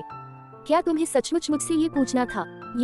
मैंने उनके सामने चावल रख दिया और अब वे मुझसे पूछ रहे हैं कि इसे कैसे चबाया जाए। उफ, तुम अचानक क्यों आहें भर रहे हो? क्या आप जानते हो मेरे कहने का क्या मतलब है? नहीं, जो कुल के जवाब में चुन म्यांग ने भौहें सिकुड़ी। मुझे सोचना होगा, ये बेवकूफ कुछ भी ठीक से नहीं कर सकते। उसने हुआ उनकी ओर जाने का निर्णय लिया। उसे इस बात की चिंता थी कि ये लोग वहाँ के कारोबार को कैसे संभाल रहे हैं।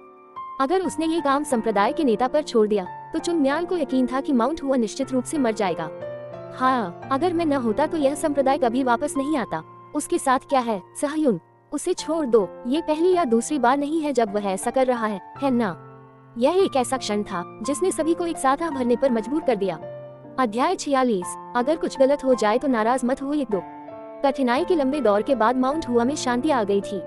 माउंट हुआ की सबसे अधिक परेशान करने वाली वित्तीय समस्याओं को चुंग म्यांग के माध्यम से हल किया गया तथा नई मार्शल आर्ट प्रदान की गई, जिससे संप्रदाय को आगे बढ़ने में सहायता मिली। जिस प्रकार शीत ऋतु के बीत जाने पर वसंत ऋतु आती है, उसी प्रकार माउंट हुआ की जीवन शक्ति एक जीवंत वसंत की तरह खिल रही थी और हर कोई आनंद में खोया हुआ था। कम से कम ऐसा ही होना चाहिए। शांति मेरे गधे। चुंग म्यूंग का चेहरा विकृत हो गया। उसने जो झाड़ू पकड़ी हुई थी वह इस तरह मुड़ गई मानो वह टूट गई हो, क्योंकि उसने अपने हाथों को कसकर पकड़ रखा था। शांति, ये तो अराजकता है। ओह हिसाब, रुको। जोगुल सहयुन, ये कितना है? वह सावधान, ये सब निर्भर करता है। ये वस्तुओं पर निर्भर करता है। रिफंड। माउंट हुआ की तृतीय श्रेणी के शिष्य जो सफेद वस्त्र पहने हुए थे, ग्राहकों की बढ़ती भीड़ से निपटते समय पसीने से तरबतर हो रहे थे। बकवास, ये शुद्ध अराजकता थी। यह अच्छा था कि बहीखाता मिल गया और व्यवसाय माउंट हुआ में वापस आ गए। चूंकि उन्होंने 10 नए व्यवसाय हासिल किए थे जो लाभदायक थे और अच्छा प्रदर्शन कर रहे थे, तो क्या केवल आराम से बैठकर पैसा कमाना ही एकमात्र काम नहीं रह गया था? वह भोला विचार ही सारी समस्याओं की शुरुआत था। चुंग म्यांग ने इसके बारे में सोचा भी नहीं था, लेकिन इन लोगों को लगभग 100 सालों से कोई उचित व्यवसाय चलाने का अनुभव नहीं था। इसलिए एक अजीब स्थिति पैदा हो गई, जहां नौसिखिए जिन्होंने कभी खुद से एक पैसा भी नहीं कमाया, अब 10 व्यवसायों को चलाने के लिए जिम्मेदार थे। और परिणाम जैसा देखा। नहीं, मैंने पहले ही कहा था कि मेरे पास सामग्री कुछ समय पहले ही खत्म हो गई थी। और क्यों नहीं आ रही है? आप क्या फालतू कर रहे हैं? वह बेवकूफ ग्राहकों को पकड़कर क्या कर रहा है? अरे, चुंग म्यांग ने मुस्कुराने की कोशिश की। अच्छा करो। माउंट हुआ के शिष्य जिन्होंने जीवन में अपने शरीर और तलवारों को प्रशिक्षित करने के अलावा कुछ नहीं किया था, हुआ में आए और ग्राहकों से निपटने में पसीना बहा रहे थे।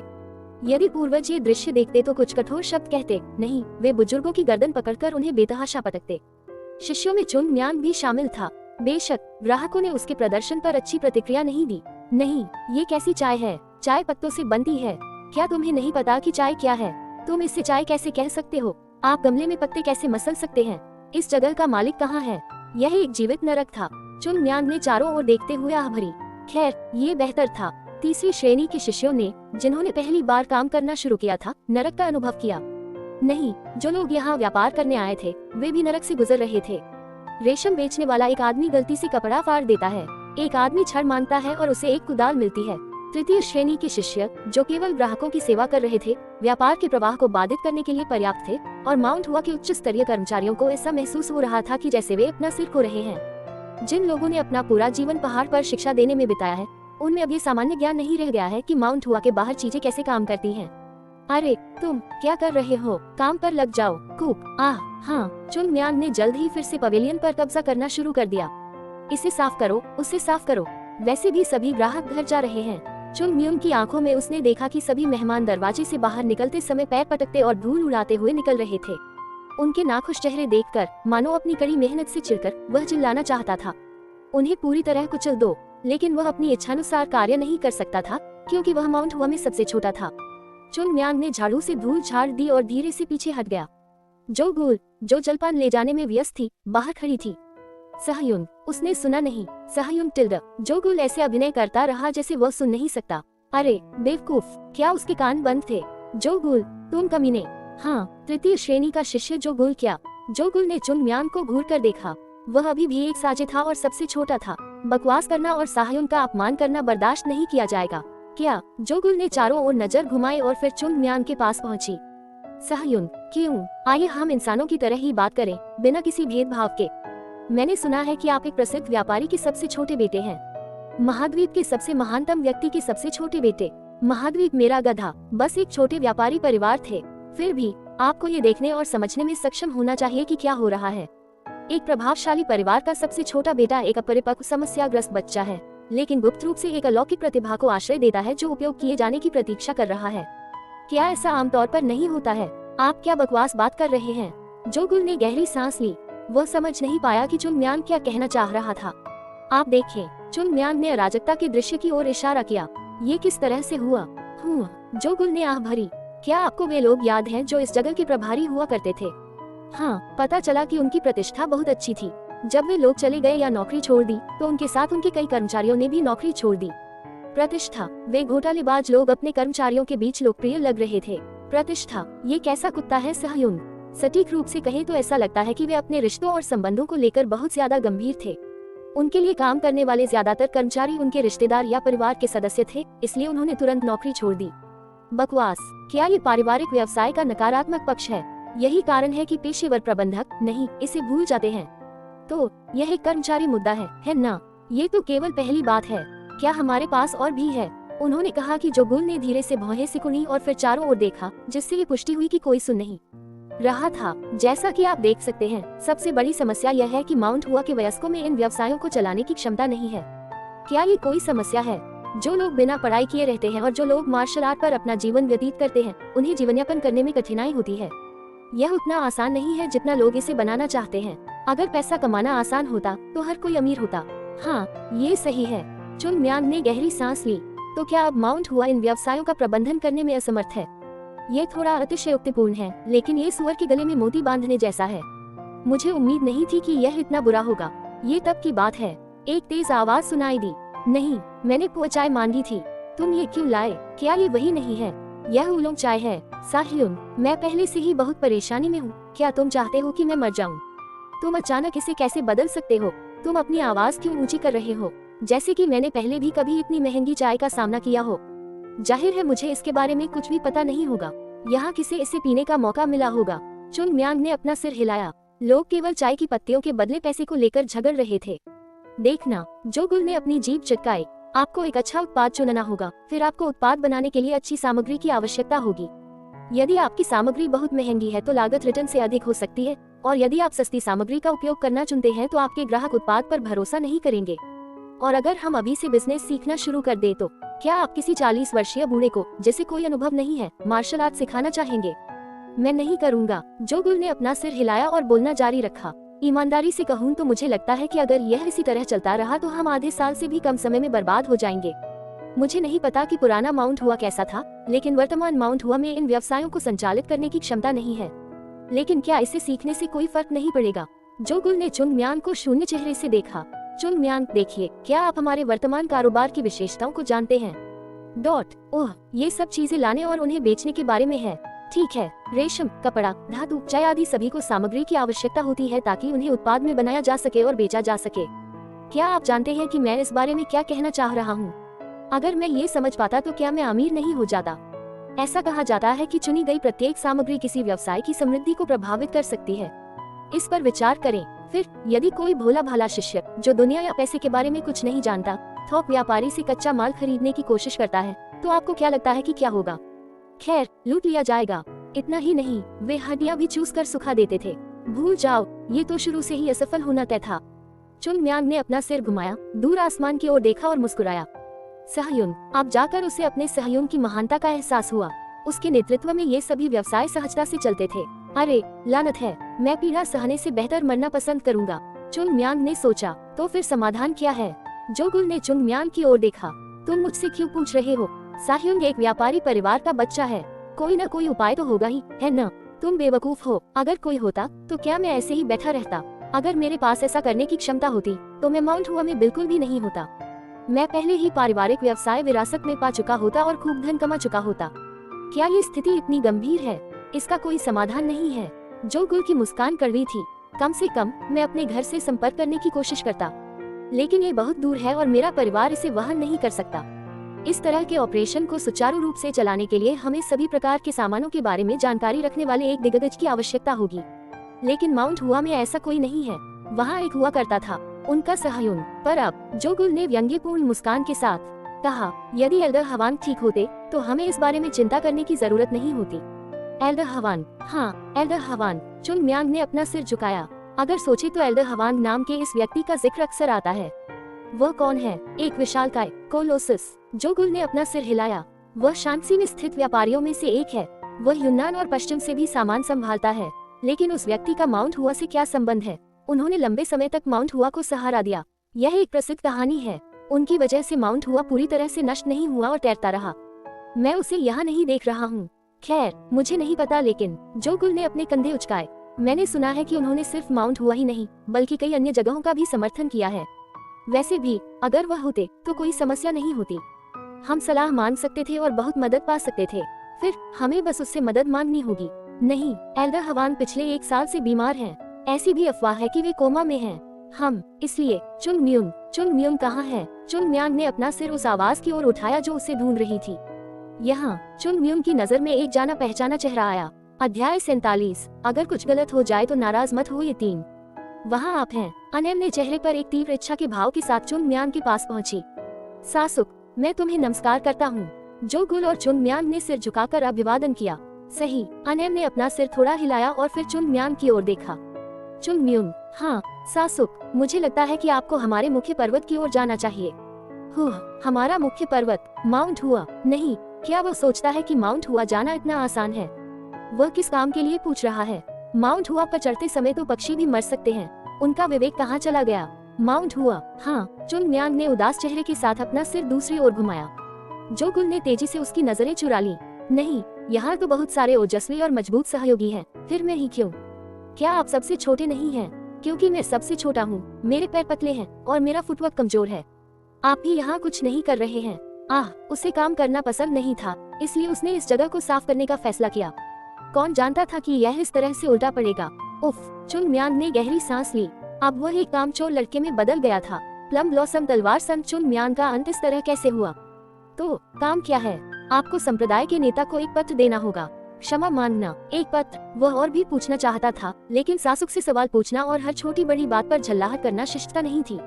अगर चुन म्यांग जैसा कोई युवा उनसे सवाल करता है तो इससे उनके गौरव को ठेस पहुंचती है। हाँ, मैं चलूंगा। अच्छा, आमतौर पर किसी के वापस आने तक इंतजार करना और उन्हें सामान पहुंचाने देना ठीक रहेगा, लेकिन यहाँ व्यापार काफी अस्त व्यस्त है और यह काफी जरूरी मामला है। मुझे उम्मीद है कि आप समझ गए होंगे। बकवास। उनका व्यक्तित्व बहुत अच्छा है। चुन म्यांग ने उनका थूथन फाड़ दिया होता यदि यह अनुरोध कोई तृतीय श्रेणी का शिष्य करता। उनेम ने एक पत्र निकाला और चुन म्यांग को दे दिया। ये वही है? हाँ। इसके अलावा उनेम ने विनम्रतापूर्वक समझाया कि पत्र क्या था, ताकि चुन म्यांग को इसके बारे में जानने की जिज्ञासा हो। ये यूनहा व्यापारी संघ का पत्र है, इसलिए इसका सम्मान करें। ओह, यूनहा, जो गुल ने शांति से समझाया। ये वही व्यापारी संघ है जिसका एल्डर हवान सदस्य है। चुन म्यांग को झटका लगा। चुन म्यून के आश्चर्य को नजरअंदाज करते हुए अनेम ने अपनी बात जारी रखी। ये पत्र संप्रदाय के नेता को आपातकालीन स्थिति के कारण भेजा गया था। मैं हुआ में था, इसलिए मैं इसे जल्दी ही रोक पाया। अन्यथा इसे अन्य सामानों के साथ माउंट हुआ तक पहुंचाने में 2 दिन और लग जाते। इसलिए आपको इसे तुरंत संप्रदाय के नेता तक पहुंचाना होगा। हाँ, मैं समझ गया। यह अत्यावश्यक है, इसलिए देरी न करें और तुरंत चले जाएं। हाँ। जो गुल, जिसने चुन म्यून को पत्र अपने हाथों में लेते देखा था, ने अनजाने में अपना हाथ आगे बढ़ा दिया, जबकि चुन म्यून पहाड़ की ओर भाग गया। यही। फिर वह चिंतित आंखों से बुदबुदाया, क्या हम उसके अलावा किसी और को नहीं भेज सकते थे? हम कुछ कहा? कुछ भी नहीं सासुक, जो गुल ने जल्दी से कहा, लेकिन उसकी आंखें चुन म्यांग की पीठ से नहीं हटी। मैं शायद बहुत संवेदनशील महसूस कर रहा हूँ, लेकिन अशुभ पूर्वाभास कभी गलत नहीं होते। हम, चुन म्यांग, जो माउंट हुआ पर चढ़ रहा था, ने पत्र अपने हाथ में ले लिया। हम, तो यह महान यूनहा व्यापारियों के एल्डर हवान का पत्र है ना? नहीं, चुन के एल्डर हवान अपनी मृत्युशैया पर बीमारी से जूझ रहे हैं, इसलिए यह पत्र अवश्य ही उनके अधीनस्थों का होगा। सचमुच, चुन म्यांग ने आह भरी। नैतिक रूप से ताओवादी के लिए दूसरों के लिए लिखे गए पत्रों को खोलना और उनके निजी मामलों में ताक झांक करना सही नहीं है, लेकिन क्या ये पत्र माउंट हुआ को संबोधित नहीं है, जहाँ ताओवादी बहुतायत में है?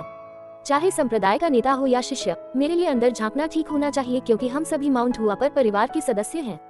क्या ये सही नहीं है? साह्युन, क्या बकवास कर रहे हो तुम? हालांकि मेरा साह्युन मर चुका है, इसलिए इससे कोई फर्क नहीं पड़ता। चुन म्यांग हमेशा दूसरों की चीजों को छूता था। माउंट हुआ के व्यवसाय जिस तरह के हैं, ऐसा लगता है कि जब तक एल्डर हवान चीजों को आसान बनाने में मदद करने के लिए आगे नहीं आते, तब तक वे अव्यवस्थित ही रहेंगे। लेकिन इस स्थिति में क्या गिल्ड में किसी तरह की आपात स्थिति थी? एल्डर हवान को अवश्य कुछ हुआ होगा। यदि वह अंदर नहीं झांकेगा तो उसे कैसे पता चलेगा? चुन म्यांग ने पत्र को ध्यान से देखा। सतह पर एक शिलालेख में स्पष्ट रूप से लिखा था, केवल महान माउंट हुआ संप्रदाय के नेता की आंखों के लिए। इसलिए वे कहते हैं कि संप्रदाय के नेता के अलावा किसी अन्य को इसे नहीं खोलना चाहिए। ये ठीक है। ईमानदारी से कहूँ तो अगर संप्रदाय का नेता यहाँ होता तो भी वह मुझे बता देता कि इसमें क्या लिखा है। यदि अन्य लोग उसे सुन रहे होते तो वे उस पर चिल्लाते हुए अपने बाल नोच लेते। दुर्भाग्यवश वहाँ कोई भी नहीं था। चलो देखते हैं। मोम की मोहर से सील बंद एक पत्र, चाहे इसे कितनी भी सावधानी से फाड़ा जाए, निशान तो दिखने ही थे। लेकिन चुन म्यांग के लिए यह बहुत कठिन नहीं था, क्योंकि उसे अन्य लोगों की संपत्ति पर छापा मारने का काफी अनुभव था। खैर, यह अच्छी बात है। शशिश, चुन म्यून की उंगलियों से एक तीखी ची उठी और कागज और मोम के बीच की सीमाओं को सटीक रूप से अलग कर दिया। फिर जैसे कि उस पर शुरू से ही मोम नहीं लगाया गया था, सिर्फ एक पूरा लिफाफा रह गया। चुन मियांग ने लिफाफा खोला, उसके अंदर से पत्र निकाला और उसे पढ़ना शुरू किया। चलो देखते हैं। चुन मियांग ने अपनी टांगे मोड़कर सामग्री को देखा। चुन मियांग का चेहरा विकृत हो गया। चुन मियांग ने पत्र को कुचलने की इच्छा को दबाते हुए उसे बड़े करीने से मोड़ा और कांपते हाथों से उसे वापस लिफाफे में डाल दिया। उसने एक गहरी सांस ली। ओह, कई गहरी सांसें लेने के बाद उसने अपने उग्र मन को शांत किया।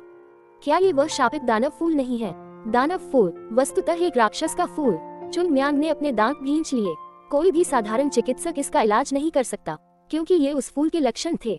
सतह पर लक्षण गंभीर रूप से जहर दिए जाने के समान होते हैं, इसलिए लोग अपना समय मारक की खोज में बिताते हैं। हालांकि दानव पुष्प एक जहर है जो तब उत्पन्न होता है जब राक्षसी संप्रदाय की एक विशेष तकनीक का उपयोग किया जाता है। चुन मियांग के शांत न रहने का कारण सरल था। राक्षसी कमीने, वे कमीने जिनके बारे में उसने सोचा था कि उनका खात्मा हो चुका है, जीवित थे और पर्दे के पीछे काम कर रहे थे। नहीं नहीं नहीं, चुन मियांग ने खुद को शांत करने के लिए अपने गालों पर थप्पड़ मारा। मैंने जो मारा वह उनका स्वर्गीय दानव था। मैंने सभी राक्षसी कमीनों को नहीं मारा। राक्षसी संप्रदाय के अवशेषों का जीवित रहना स्वाभाविक था। क्या उन्होंने यह नहीं कहा कि उनके स्वर्गीय दानव के मारे जाने के बाद राक्षसी संप्रदाय के अवशेष माउंट हुआ की ओर भागे थे? युद्ध में कुछ लोग बच गए होंगे और बड़े हो गए होंगे। 100,000 पहाड़ों में और भी बहुत से लोग छिपे हुए होंगे। इसमें कोई आश्चर्य की बात नहीं है कि वे अभी भी मौजूद हैं। समस्या यह नहीं थी कि वे जीवित थे, बल्कि समस्या ये थी कि वे कुछ योजना बना रहे थे। चुन मियांग की आंखों में एक धधकती आग भड़क उठी। मुझे समझ नहीं आ रहा, क्या वे अब भी माउंट हुआ के प्रति कोई दुर्भावना रखते हैं? वे जो कुछ भी करते हैं उससे माउंट हुआ को क्षति क्यों पहुंचती है?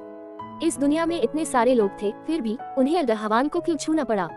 आह, मेरे सिर में दर्द हो रहा है। चुन मियांग ने गहरी सांस ली। इसके अलावा और कुछ नहीं किया जा सकता। उसे स्वयं जाकर ये देखना होगा। जो लिखा गया था उसके आधार पर निश्चित रूप से कुछ कहना संभव नहीं था। चुन मियांग को इसे अपनी आंखों से देखना होगा। आगे इनाम, बहुत बड़ा इनाम। पत्र के अंत में जो लिखा था वह चुन मियांग की आंखों में चमक उठा। जो गुल के अनुसार केवल सबसे अच्छे लोग ही यून्हा गिल्ड में शामिल हो सकते हैं और अल्दहवान गिल्ड में भी प्रसिद्ध थे। ऐसी जगह से इतना बड़ा इनाम, वह सोच भी नहीं सकता था कि यह कितना होगा। मैं इसे मिस नहीं कर सकता। चुन मियांग का दिल धड़क उठा। लगभग 100 वर्ष बीत चुके हैं, इसलिए बहुत से लोग दानव पुष्प के बारे में नहीं जानते होंगे। अगर उन्होंने 100 साल पहले युद्ध नहीं छेड़ा होता तो चुन मियांग को भी इसके बारे में पता नहीं चलता। वे कभी नहीं सोच सकते थे कि ये लक्षण किसी शैतानी तकनीक से आए हैं। जो कोई भी इन लक्षणों को पहचान सकता था, वह चुन मियांग की मृत्यु के दिन ही स्वर्गीय दानव और अन्य राक्षसी संप्रदाय के शिष्यों के हाथों मर गया। लेकिन दुनिया को पता नहीं है। जो लोग उस दुर्भाग्यपूर्ण दिन बच गए थे, वे शायद जानते होंगे। अगर वे जीवित होते तो वे एक संप्रदाय के नेता होते, लेकिन ऐसा नहीं लगता कि कोई भी जीवित बचा हो। लेकिन अगर वे बच जाते तो क्या वे ज्ञान को आगे बढ़ाते? क्या होगा अगर इस पत्र को प्राप्त करने वाले अन्य लोगों में से किसी के पास वास्तव में कोई इलाज है? मैंने इसे खो दिया होगा। मैं इसकी कल्पना भी नहीं कर सकता। चुन मियांग की आंखें उत्साह से चमक उठी। चुन मियांग के अफसरों में से एक को कौन छीन सकता है? क्या वह वाकई बेशर्मी से मरीजों को निशाना बना रहा था? लेकिन ये पैसा नहीं था। नैतिकता की खातिर चुन मियांग को इस मरते हुए आदमी की बीमारी का समाधान करना ही होगा। मैं व्यस्त हूँ। चुन मियांग ने पत्र को पकड़ा और उस पर मुहर लगा दी। फिर उसे ठीक करने के लिए मोम को थोड़ा पिघलाया और ऊपर की ओर बढ़ गया। चलो पहले ये उन्हें दे दें। इस तरह भले ही चुन मियांग ने स्थिति को सुलझा लिया हो, संप्रदाय के नेता को वर्तमान स्थिति की कुछ समझ तो होगी। ऐसा प्रतीत होता है कि ह्युन जोंग का गिल्ड से घनिष्ठ संबंध था। पत्र में लिखा था, संप्रदाय नेता, लंबी सर्दी खत्म हो गई है और वसंत आ रहा है। जब तक यह आएगा तब तक वसंत बेर के फूल पूरी तरह खिल चुके होंगे, यहाँ तक कि जहाँ संप्रदाय नेता रहता है वहाँ भी। माउंट हुआ का खूबसूरत नजारा, जिसे मैंने अपने पिता के साथ देखा था, आज भी मेरी यादों में बसा हुआ है। मैं किसी समय वहाँ फिर से जाने की इच्छा रखता हूँ, लेकिन अफसोस की बात है कि परिस्थितियाँ मुझे इसकी अनुमति नहीं देती। दुर्भाग्य से मुझे आपसे अनुरोध की उम्मीद में इस तरह पत्र लिखने में शर्म आ रही है। मैं आपसे इसलिए संपर्क कर रहा हूँ क्योंकि मेरे पिता की हालत हर दिन के साथ बिगड़ती जा रही है। जैसा कि आप जानते हैं, मेरे पिता पिछले साल से ही बिस्तर पर है क्योंकि उनका स्वास्थ्य खराब होने लगा था। उनकी उम्र को देखते हुए ये समझ में आता था, लेकिन अजीब बात यह है कि हाल के दिनों में बुढ़ापे के सामान्य लक्षणों के बजाय अन्य लक्षण दिखाई देने लगे। पिता इस समय बेहोश हैं और हिलने डुलने में असमर्थ हैं। उनका शरीर लाल रंग का है और उनके माथे पर काली रोशनियां कोई अशुभ चीज घूम रही है, जबकि उनका दिल अनियमित रूप से धड़क रहा है। हम यून्हा गिल्ड ने मेरे पिता की स्थिति की जांच करने के लिए विभिन्न लोगों को आमंत्रित किया, लेकिन किसी ने भी उचित निदान नहीं किया। इसलिए जैसे कि तिनके का सहारा लेकर मैं इस बीमारी के बारे में कुछ सुराग खोजने की कोशिश कर रहा हूँ, इन पत्रों को किसी ऐसे व्यक्ति को भेजकर जो मुझे पता है कि सक्षम है। यदि आप मेरे पिता के लक्षणों के बारे में कुछ जानते हैं तो हम आभारी होंगे यदि आप किसी भी तरह से हमसे संपर्क कर सकते हैं। मैं उन लोगों को यून्हा गिल्ड की ओर से एक बड़ा इनाम देने का वादा करता हूँ जो मेरे पिता के स्वास्थ्य को बेहतर बनाने में मदद करने वाली जानकारी प्रदान करेंगे। उत्तर की प्रतीक्षा कर रहा है। हवांग जोंगी, यूनहा गिल्ड के छोटे स्वामी। अध्याय 48। अगर कुछ गलत हो जाए तो नाराज मत हो। ये 4 कूप, मैं अब यह नहीं कर सकता। तीसरी श्रेणी के शिष्य कराहते हुए माउंट हुआस द्वार से गुजरे। उनके लिए हुआऊ में व्यापार करना असंभव था। इन ताओवादियों को ध्यान के माध्यम से शांति प्राप्त करने की आवश्यकता थी। वे सांसारिकता और क्षणभंगुर इच्छाओं से ग्रस्त लोगों से संबंध नहीं बना सकते थे। सब कुछ ठीक है, लेकिन ये समझने लायक बात थी। वे ये भी समझते थे कि पैसा कितना महत्वपूर्ण है और इसे कमाना कितना कठिन है। क्या हाल ही तक वे पैसे की कमी के कारण केवल दलिया खाकर जीवन यापन करने को मजबूर नहीं थे? भले ही वे ताओवादी थे, लेकिन पेड़ों की छाल और खेती से ही जीवन यापन करना असंभव था। चाहे वह पहाड़ हो, खेत हो या शहर, लोगों को पैसे की जरूरत थी। इसलिए उन्हें वहाँ कोई शिकायत नहीं थी। समस्या ये थी, क्या हमें हुआऊ में एक छात्रावास नहीं मिल सकता? ये कैसा व्यवहार है? अगर हमें हर दिन और रात माउंट हुआ पर चढ़ना उतरना पड़े तो मैं सचमुच मर सकता हूँ। यू जोंग ने अपनी आंखें कसकर बंद कर ली। आमतौर पर वह बच्चों पर चिल्लाता कि वे रोना बंद करें, लेकिन उसने कुछ नहीं कहा क्योंकि अब उसकी भी सांस फूल रही थी। इसे प्रशिक्षण के रूप में सोचें। किस तरह का प्रशिक्षण? यदि नहीं तो सीधे सासुक के पास जाओ और उससे पूछो। इस पर सभी लोग तुरंत चुप हो गए। ऐसा इसलिए नहीं था कि वे डरे हुए थे, ऐसा इसलिए था क्योंकि उनके कष्ट उनके बुजुर्गों की कठिनाइयों की तुलना में नगण्य थे। उन्होंने ये काम केवल आज ही किया, लेकिन बुजुर्ग लोग अपने कारोबार के लिए हर दिन पहाड़ पर चढ़ते उतरते थे। साह्युन, इन दिनों मेरे पास प्रशिक्षण के लिए समय नहीं है। हम यहाँ मार्शल आर्ट सीखने आए हैं, व्यापार करने नहीं। अगर ऐसा ही होता तो मैं घर पर ही रहता और माउंट हुआ में शामिल ही नहीं होता। यू जोंग ने आह भरी, क्योंकि रोना जारी था। मैं जानता हूँ कि तुम क्या कहना चाह रहे हो, लेकिन चीजें हमेशा वैसे नहीं होती जैसा तुम चाहते हो, है न? बस यही है, इसलिए अभी सहन करो। हाँ साह्युन, ठीक है। फिर भी सभी ने अपना सिर हिलाया। यू जोंग ने चुपके से एक बार फिर आह भरी। यही तो मैंने कहा, लेकिन ये स्थिति कब बेहतर होगी? वह कल्पना नहीं कर सकता था। नहीं, ऐसा नहीं था कि वह ऐसा नहीं कर सकता था। यू जोंग की नजर में चीजें बेहतर नहीं होंगी, बल्कि वे और भी बदतर हो जाएंगी। सौभाग्य से माउंट हुआ के पक्षधर व्यापारी उनकी सहायता के लिए आगे आए, अन्यथा उन्हें पहले ही भारी नुकसान उठाना पड़ता। चीजों को बेहतर बनाने के लिए सुधार का रास्ता दिखाई देना चाहिए, लेकिन यून जोंग को केवल बुरी चीजें ही दिखाई देती थी। संप्रदाय नेता के पास एक योजना होनी चाहिए। जैसे ही यून जोंग ने अपने विचार जारी रखे, वह चौंक गया। मैं माउंट हुआ के बारे में चिंतित हूँ। हाल ही तक ऐसा शायद ही कभी होता था। हालांकि वह तीसरी श्रेणी के शिष्यों में से एक था, लेकिन उसे माउंट हुआ की कोई चिंता नहीं थी। ऐसा इसलिए था क्योंकि उसने हमेशा सोचा था कि अगर माउंट हुआ भी ढह गया तो वह आसानी से कहीं और जा सकता है। लेकिन इससे पहले कि वह ये जान पाता, वह इसके लिए गंभीर रूप से चिंतित हो गया था। ये सब उस बदलाव का हिस्सा है जो उसके आने के बाद हुआ। साह्युन, यू जोंग ने अपनी आंखें कसकर बंद कर लीं। सब कुछ बेहतर के लिए बदल रहा है, लेकिन वह आदमी हर दिन अधिक से अधिक अपरिपक्व क्यों होता जा रहा है? यू जोंग ने जो गुल की ओर देखा, जो उसकी ओर दौड़ रही थी। साह्युन, हम मुसीबत में हैं। शांत हो जाओ। तुम ताओवादी हो, इसलिए जल्दबाजी मत करो और शांत रहो। सी चुंग म्यून। जिस क्षण ये नाम जो गुल के मुंह से निकला, यू जोंग का चेहरा भयानक रूप से पीला पड़ गया। ये सचमुच आश्चर्यजनक था कि कैसे एक नाम दूसरे को अंदर तक हिला देने के लिए पर्याप्त था। नहीं, आपको ये देखना चाहिए। जल्दी करो। जैसे ही जो गुल आगे दौड़ने लगी, यू जोंग बिना कुछ बोले उसके पीछे पीछे चलने लगा। इस समय वह क्या कर रहा है? यू जोंग के पास सोचने का समय नहीं था। वह पूरी ताकत से दौड़ा और जो गुल के पीछे पीछे छात्रावास में चला गया और तेजी से चुंग म्यून के कमरे में भाग गया। यहाँ नहीं, एक खाली कमरा। क्या वह बाहर है? नहीं, ये बात नहीं है। इसे देखो। यह। यू जोंग ने अपनी आंखें सिकोड़ ली और जो गुल की ओर इशारा करते हुए देखने लगा। कागज का टुकड़ा। बिस्तर पर एक कागज का पन्ना छोड़ा गया था जिस पर एक संदेश लिखा था। कुछ काम आ गया है, इसलिए मैं कुछ दिनों के लिए काम पर जा रहा हूँ। तुम इसे संभाल सकते हो। इसके अलावा अगर तुम प्रशिक्षण छोड़ देते हो तो मैं तुम्हारी रीढ़ को पीछे की ओर मोड़ दूंगा, इसलिए छोड़ने के बारे में सोचना भी मत। यह पागल कमीना। यू जोंग का हाथ कांपने लगा। क्या कुछ दिन? क्या उस पागल आदमी ने सोचा था कि वह जहाँ चाहे वहाँ घूम सकता है? हम क्या करें साह्युन? यू जोंग ने आह भरी। सबसे पहले हमें ये सुनिश्चित करना होगा कि अन्य लोग इस विषय पर चुप रहें। लेकिन अगर वह पकड़ा गया, अगर हम जाकर उन्हें बता भी दे तो भी कुछ नहीं बदलेगा। उसने कहा है कि वह कुछ दिनों में वापस आ जाएगा, इसलिए हमें तब तक उसकी अनुपस्थिति को छिपाने की कोशिश करनी होगी। जब तक कि आज की तरह स्थिति न हो, जब कोई विशेष रूप से उसे खोजने आता तो कोई भी यह नहीं जान पाता कि चुंग म्यान कुछ देर के लिए गायब हो गया है। अगर हम पकड़े गए तो क्या होगा? क्या आप इसके बारे में चिंतित हैं? हाँ, क्या आप इसके बारे में चिंतित नहीं हैं? मैं इसके अलावा किसी और बात को लेकर चिंतित हूँ। क्या? यू जोंग ने आह भरकर कहा। मुझे इस बात की चिंता है कि वह कितने दिनों के लिए गायब रहेगा और इस बार वह क्या नई गड़बड़ियाँ पैदा करेगा। जो गोल शब्दों के अभाव में मन ही मन सहमत हो गया। हुआक हुआक हुआक, मुझे एक सांस लेने की जरूरत है। चुनम्यांग अपनी सांस लेने के लिए बगल में पेड़ के तने पर बैठ गया। वह बिना आराम किए माउंट हुआ से बहुत दूर तक भागा और उसकी सांस फूल गई। ऐसा लग रहा था कि वह मर जाएगा। ओह, मैं अपने चरम से कितनी दूर गिर गया हूँ।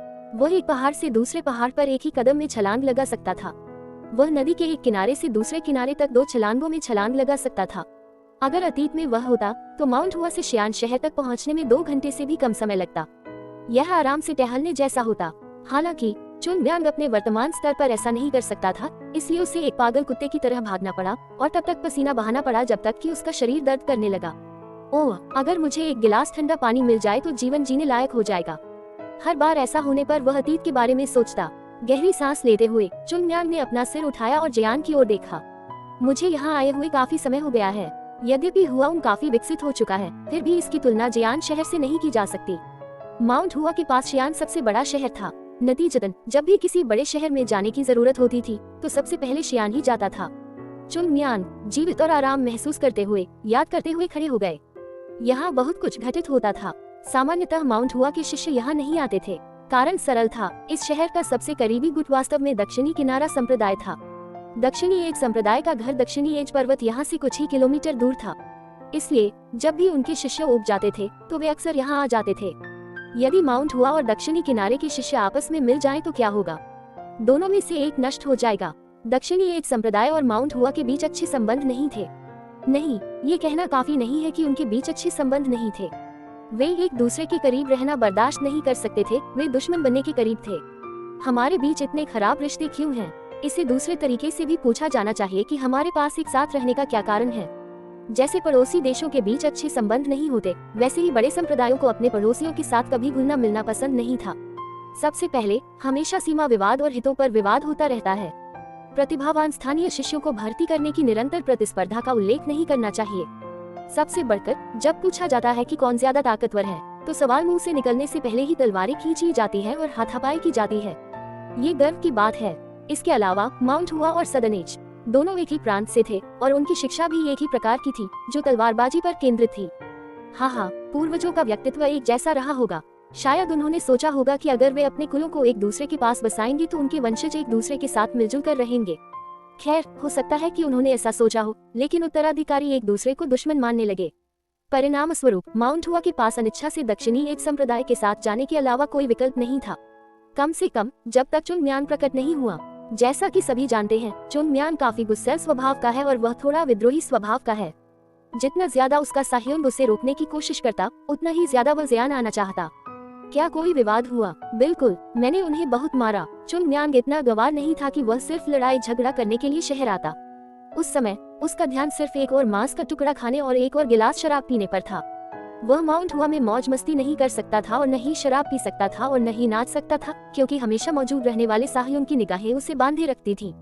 लेकिन वह शहर में छिपकर अपने साहयों की झल्लाहट से बच सकता था। हालांकि दक्षिणी किनारे के उन मूर्खों को शराब पीने और नाचने के बजाय लड़ाई करना अच्छा लगता था। चुनम्यांग द्वारा 1 या 2 बार पीटे जाने के बाद जब भी उन्हें पता चलता कि चुनम्यांग शहर में है, तो वे उसके पीछे दौड़ पड़ते। चुनम्यांग ने दक्षिणी एज संप्रदाय की दृढ़ता को भी स्वीकार किया। चाहे उन्हें कितनी भी बार पीटा गया हो, वे हमेशा वापस आते थे और जब भी चुनम्यांग अपना चेहरा दिखाते थे तो वे बड़ी संख्या में उनका पीछा करते थे। यहाँ तक कि जब माउंट हुआ ढहने की कगार पर था, तब भी क्या वे माउंट हुआ को नीचे खींचने की लगातार कोशिश नहीं कर रहे थे। इसलिए चुनम्यांग ने अपने कपड़ों पर नजर डाली। वह अपनी वर्दी नहीं उतार पाया क्योंकि वह जल्दी में था। छाती पर कढ़ाई किया हुआ बेर के फूल का प्रतीक शानदार ढंग से उभर कर सामने आया। क्या उसे कपड़े बदलने चाहिए? चुनम्यांग थोड़ा चिंतित था। जो भी हो, उसे संदेह था कि वह इस बड़े शहर में उन कमीनों से टकराएगा। ऐसा नहीं है कि वे उसे ढूंढ रहे होंगे जैसे वे पहले करते थे। ऐसा नहीं है कि कुछ होगा। एक बार जब वह यून्हा गिल्ड में शामिल हो गया तो उसे इस तरह की चीजों के बारे में चिंता करने की जरूरत नहीं थी। और फिर मैं अपना पैसा पा सकता हूँ। एक भयावह मुस्कान के साथ चुनम्यांग जियान में प्रवेश कर गया।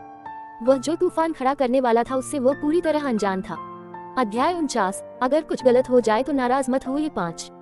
हवान जोंगी अपनी निराशा को रोक नहीं सका। तो आप कह रहे हैं कि इसमें कोई मदद नहीं की जा सकती? हवान मुनयाक यून्हा मचेंट गिल्ड के प्रमुख नेता और हवान जोंगी के पिता थे। हर बीतते दिन के साथ हवान मुनयाक का स्वास्थ्य लगातार बिगड़ता जा रहा था। हाल ही तक वह कम से कम होश में था, लेकिन कुछ दिन पहले उसके लक्षणों की गंभीरता बढ़ने के कारण उसने जागना भी बंद कर दिया। बेहोश आदमी अपने शरीर को पोषण देने के लिए भोजन भी नहीं खा सकता। यदि ऐसा ही चलता रहा तो ये स्पष्ट था कि कुछ ही दिनों में उसकी सांसें थम जाएंगी। जल्दबाजी में हवान जोंगी ने दुनिया भर के प्रभावशाली लोगों को आमंत्रित किया था।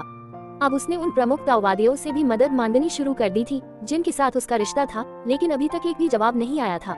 आज उसे उम्मीद की एक किरण तब दिखी जब सिचुआन तान परिवार का एक व्यक्ति, जो जहर के बारे में अपने ज्ञान का बखान करता है, उसके पास आया।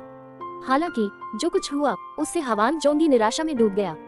यह मुश्किल है, इसमें कोई आश्चर्य की बात नहीं कि हवान जोंगी ने जो नकारात्मक टिप्पणी सुनी उससे वह हतप्रभ रह गया। क्या आप ये कह रहे हैं कि विश्व का गुरु कहलाने वाला संप्रदाय भी मेरे पिता की मदद करने में असमर्थ है? ये सच है कि हम इस दुनिया में जहर के सबसे बड़े विशेषज्ञ होने पर गर्व करते हैं। हम किसी भी जहर से संबंधित मामलों में सहायता कर सकते हैं, लेकिन आपके पिता की बीमारी जहर के कारण नहीं है। हवान जोंगी ने यह बात सुनकर अपनी आंखें सिकोड़ ली। ये लक्षण देखने के बाद भी आप ऐसा कह रहे हैं? तांग संप्रदाय के बुजुर्ग तांग म्यांग ने अपना सिर हिलाया। हालांकि लक्षण समान हैं, लेकिन ये जहर के कारण नहीं हुआ है। ऐसा लगता है कि इसका मूल कारण अलग है। उफ! हवान जोंगी का रंग इतना काला हो गया कि वह और अधिक काला नहीं हो सकता था। यद्यपि उन्होंने अपने क्षेत्र के सर्वश्रेष्ठ और सबसे प्रभावशाली लोगों को आमंत्रित किया और अपनी वित्तीय शक्ति का प्रयोग करते हुए उन्हें अधिकतम मुआवजा देने का वादा किया, फिर भी वे अपने पिता की बीमारी का इलाज करने के लिए किसी को नहीं ढूंढ सके।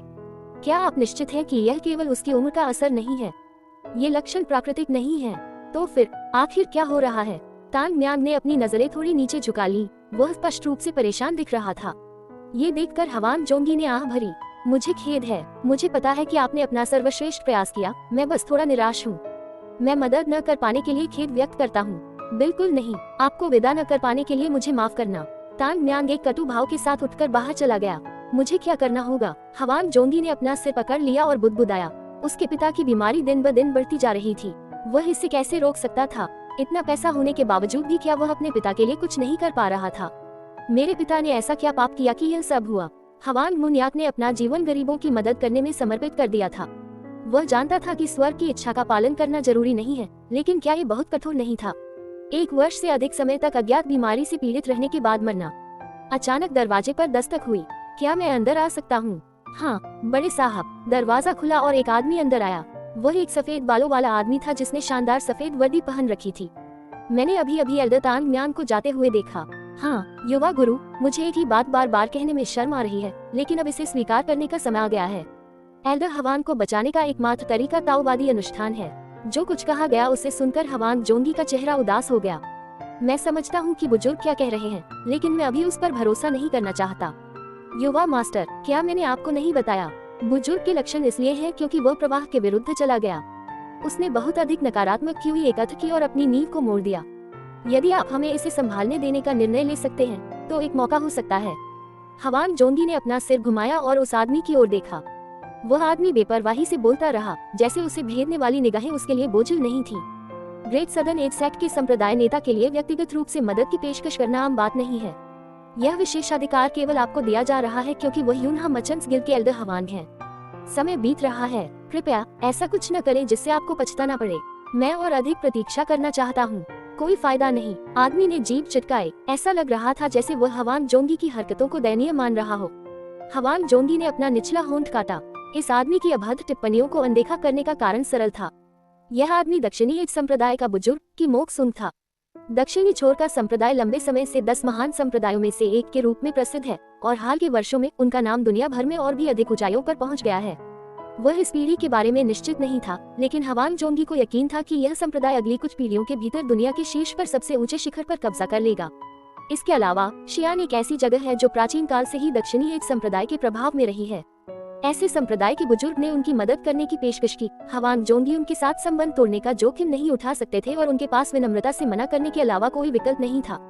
वे संभवतः बदले में बहुत बड़ी रकम की मांग करेंगे। पैसा देना मुद्दा नहीं था। अगर वे वाकई उसके पिता को बचा सकते थे तो वह अपनी सारी संपत्ति देने को तैयार था। हालांकि अगर उन्हें उसके पिता को बचाने का भरोसा होता तो वे पहले से पैसे नहीं मानते, बल्कि बाद में उसे सच में बचाने के बाद पैसे मानते। अपने पिता के साथ व्यापारी के रूप में जीवन व्यतीत करने के कारण हवान जोंगी को पता था कि इस स्थिति में दूसरे पक्ष का लक्ष्य क्या होगा।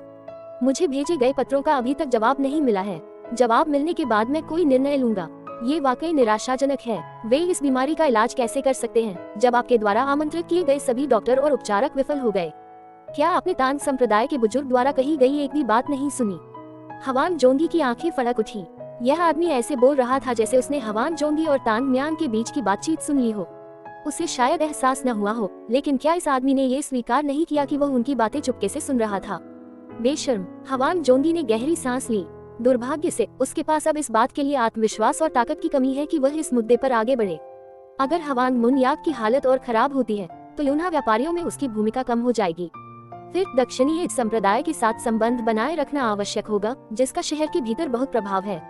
भले ही इसके लिए उससे बहुत सारा पैसा खर्च करना पड़े। मैं थोड़ा और समय मानता हूँ। ऐसा नहीं है कि मुझे दक्षिणी संप्रदाय में विश्वास की कमी है।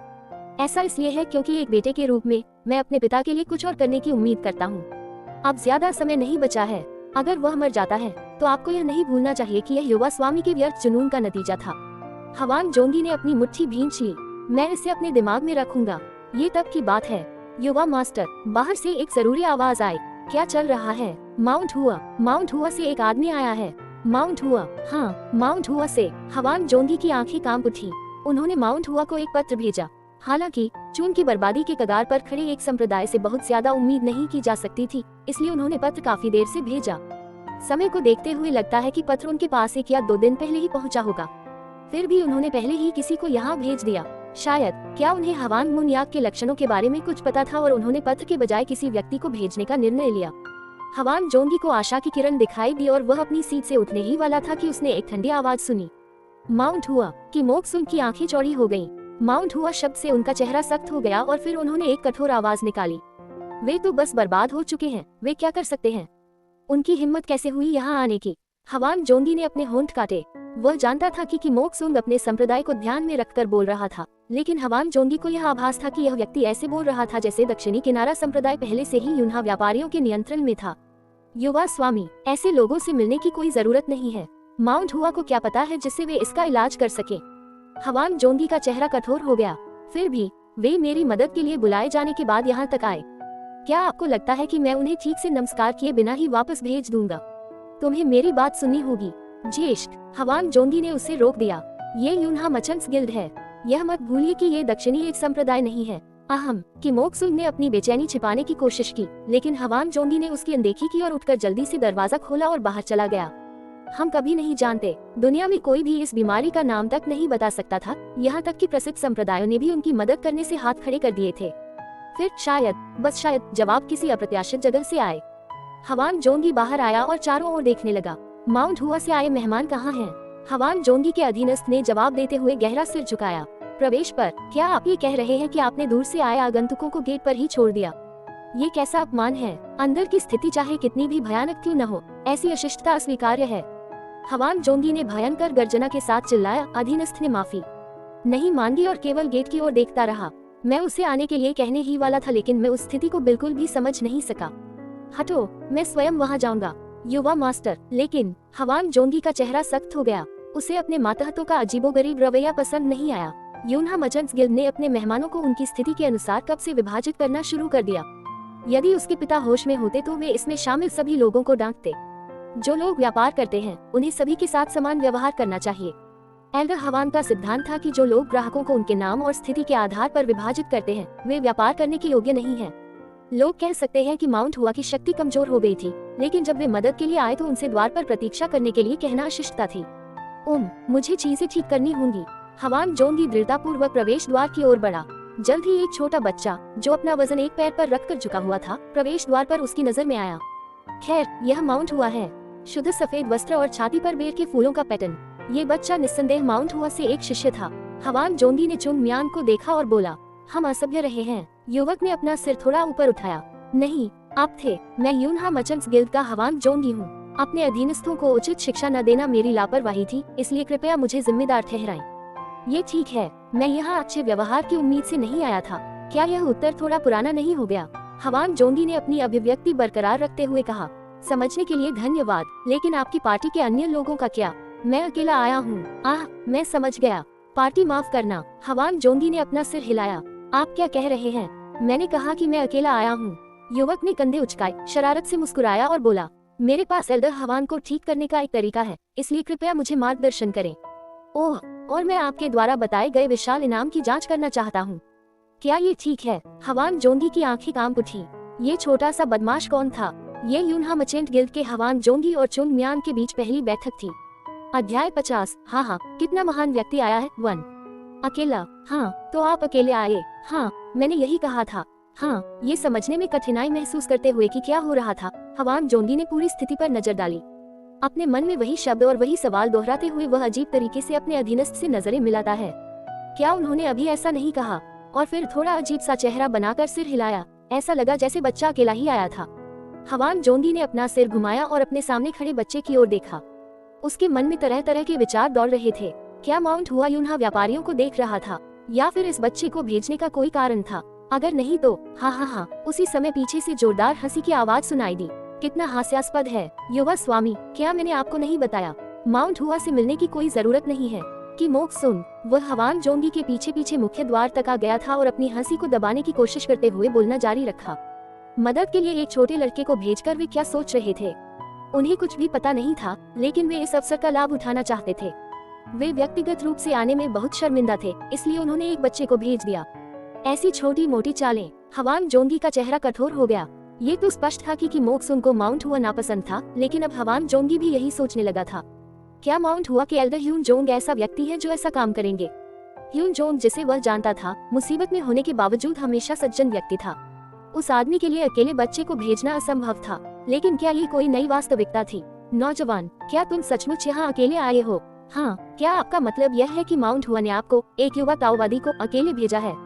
युवा ताओवादी। चुन मियांग ने गहरी सांस ली। इस युवा शरीर के कारण इस तरह का व्यवहार किया जाना। एक समय था जब चुन मियांग माउंट हुआ था और माउंट हुआ चुन मियांग था। मैं इस तरह से पीड़ित होने के बजाय मरना पसंद करूंगा। लेकिन वो प्रतिक्रिया को समझ सकता था। एक बच्चा जो डॉक्टर भी नहीं है आता है और कहता है कि वे ऐसी बीमारियों का इलाज करेंगे जिनका इलाज दुनिया के सबसे अच्छे डॉक्टर भी नहीं कर पाए। इसलिए उसने खुद पर नियंत्रण रखा। युवा मास्टर, हाँ, मेरा नाम चुन मियांग है। मैं माउंट हुआ का 3य श्रेणी का शिष्य हूँ। मुझे वो पत्र मिला जो युवा गुरु ने माउंट हुआ को भेजा था। मुझे पत्र में लिखे लक्षणों के बारे में पता था, इसलिए मैं उनसे मिलने आया। सभी अकेले। यह एक जरूरी मामला था, इसलिए मैं दूसरों के आने का इंतजार नहीं कर सका। क्या बुजुर्ग की हालत गंभीर नहीं है? ये सच था। हवान जोंगी चुन म्यून को घूरता रहा। उस चेहरे पर भरोसा नहीं कर पाया, लेकिन उसे चुन म्यून के कुछ शब्द याद आ गए और उसने अपना चेहरा सख्त कर लिया। तुमने कहा था कि तुम्हें मेरे पिता की हालत के बारे में कुछ पता है। हाँ, ये सही है। हवान जोंगी ने अपनी मुट्ठी भींच ली। ये पहली बार है जब किसी ने यह बात स्पष्ट रूप से कही है। अब तक बहुत से लोग आ चुके थे, लेकिन किसी को भी पता नहीं था कि क्या हो रहा है। शायद उसी समय उसने पीछे से खर्राटों की आवाज सुनी। वह छोटा बच्चा पहले से ही आपको गुमराह कर रहा है। एक बच्चा ऐसी बात कैसे जान सकता है जो दुनिया के महान गुरुओं को भी नहीं पता? युवा गुरु, आप अब उसकी बात नहीं सुन सकते। लेकिन युवा स्वामी, क्या आप उस छोटे बच्चे पर विश्वास करते हैं? हवान जोंगी ने अपने होंठ काटे। उसी समय चुन म्यांग, जो सुन रहा था, बोल उठा। वैसे तुम कौन हो, मुझे बार बार बिगनियल कहने वाले? कि मोक्सुन ने चुन म्यांग को खाली आंखों से देखा। क्या आप मुझसे पूछ रहे हैं? क्या आपके अलावा कोई और भी है जिसने ब्रैट शब्द का प्रयोग किया है? तुम घमंडी बदमाश हो। क्या इसका मतलब यह है कि माउंट हुआ के शिष्य दक्षिणी एक संप्रदाय की वर्दी भी नहीं पहचान सकते?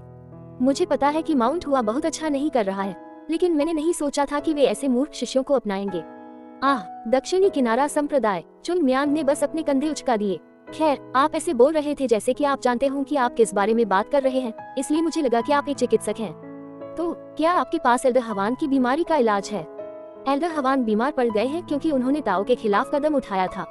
अगर हम स्वर्ग के क्रोध को दूर करने के लिए ताओवादी अनुष्ठान कर सके तो वे पूरी तरह से ठीक हो जाएंगे।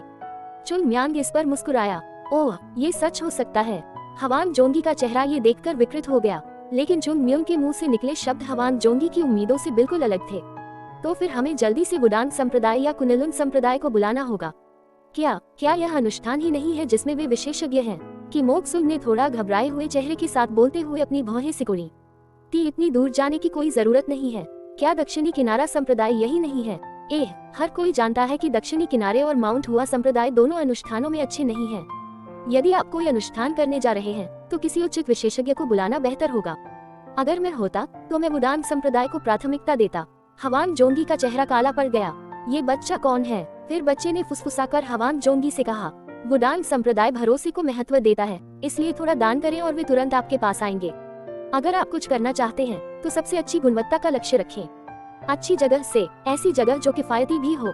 कि मोक्सुन ने अपने क्रोध से भरे चेहरे से एक उग्र चीख निकाली। चुप रहो, ये बदमाश हमेशा बड़ों का मजाक उड़ाता रहता है। क्या तुम्हारे बड़ों ने तुम्हें ये सिखाया है? हाँ, माफ कीजिए। चुन म्यांग ने शांति से अपने कान साफ किए। ये स्पष्ट रूप से कि मोक्सुन की अवहेलना थी, लेकिन वह व्यक्ति क्रोध में कांपने के अलावा कुछ नहीं कर सका। अगर वह बुजुर्ग था और वह क्रोध को सहन नहीं कर सका और भड़क गया, तो ये दक्षिणी संप्रदाय के लिए एक अपमान होगा। क्या ये दुनिया के लोगों के लिए उन पर उंगली उठाने के लिए पर्याप्त नहीं होगा? कोई नहीं बता सकता था कि बच्चा ये जानबूझकर कर रहा था या नहीं, लेकिन वह नस को खींचने में माहिर था।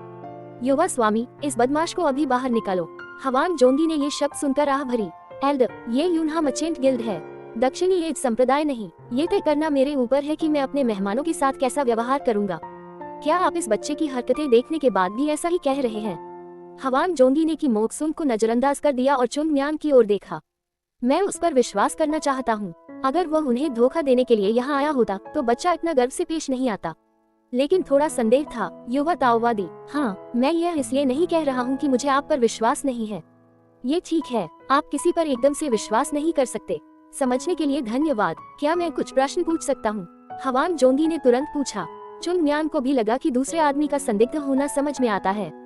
हाँ, बिल्कुल। हवान जोंगी ने सांस फूली और बोलना जारी रखा। नौजवान, आपने कुछ समय पहले कहा था कि आपको मेरे पिता की स्थिति के बारे में कुछ जानकारी है। क्या मैं इसके बारे में कुछ सुन सकता हूँ? ये कहना थोड़ा कठिन होगा। हे, इस डर से कि चुन म्यांग कुछ कह देगा कि मोक्सुन ने नाक भान सिकुड़ी। हवान जोंगी को इस बेतुकी बात पर शर्मिंदगी महसूस हुई। इसके बजाय, क्या मैं कुछ पूछ सकता हूँ? यह क्या है? चुन म्यांग ने पूछा। मैंने सुना है कि एल्डर हवान अक्सर व्यापार के लिए यात्रा करते थे, है ना? हाँ, तो फिर बीमार होने से पहले वो जरूर किलियन पर्वत पर रुका होगा, है ना? चुन म्यांग ने आत्मविश्वास से भरपूर होकर कहा। हवान जोंगी अचंभित रह गया। उसकी आंखें बड़ी हो गईं। उसने चुन म्यांग की ओर देखा और कहा, नहीं, उसने ऐसा नहीं किया। चुन म्यांग ने अपना सिर थोड़ा सा झुकाया। ऐसा कभी नहीं हुआ। पिताजी कभी उन पहाड़ों पर नहीं गए थे। आह, क्या ऐसा है? चुन म्यांग घबरा गया और हवान जोंगी की अभिव्यक्ति उदास होने लगी। इसलिए चुन म्यांग ने जल्दी से कहा, तो फिर पहाड़ों के ऊपरी हिस्सों में उन पर पहले भी हमला हुआ होगा, है न? क्या उन्हें किसी तरह का संकट झेलना पड़ा था? हाल के वर्षों में मेरे पिता पर कोई हमला नहीं हुआ है, कम से कम पिछले 5 सालों से तो नहीं। ओह, वह भी नहीं। अरे, फिर क्या? हवान जोंगी ने अपनी आंखें सिकोड़ ली। सच में, ये सही नहीं हो सकता। हवान जोंगी को पीछे से कि मोक्सुन की हंसी सुनाई दे रही थी। ये तो अजीब बात है। उसे कहाँ पीटा गया? इस पागल कमीने को पीटा गया? क्या ये बच्चा अपने सही दिमाग में था? ये वह क्षण था जब हवान जोंगी ने चुन म्यांग में जो आशा देखी थी वह गायब हो गई। हवान जोंगी की आंखें ठंडी हो गईं। चुन म्यांग ने घबराहट में कहा, रुको, क्या ये सच है? खैर, मैं अभी भी उसे ठीक कर सकता हूँ। युवा ताओवादी, हवान जोंगी ने आह भरी और बिना इस अवसर को गंवाए कि मोक्सुन अंदर आया। क्या मैंने नहीं कहा कि अब वे कुछ भी नहीं रहे? माउंट हुआ हमेशा से ही नौसिखियों से बना हुआ था जो दूसरों की आंखों में चमक लाना पसंद करते थे। क्या ये बात आप इस व्यक्ति के अति आत्मविश्वासी रूप से नहीं देख सकते? कृपया ऐसा बोलने से बचे, बड़े साहब। हवान जोंगी ने की मोक से उनको मना किया और चुन मायुंग से बात की। मैं युवा ताओवादी की मदद करने की इच्छा को समझता हूँ, लेकिन मेरे पिता अभी बहुत बीमार हैं और मेरे पास इसके लिए समय नहीं है। मुझे उम्मीद है कि आप मेरी वर्तमान स्थिति को भी समझ सकते हैं। उसका पूरा शरीर लाल हो जाता है जैसे कि वो उबल रहा हो, लेकिन उसका शरीर कांपता है जैसे कि उसे ठंड लग रही हो।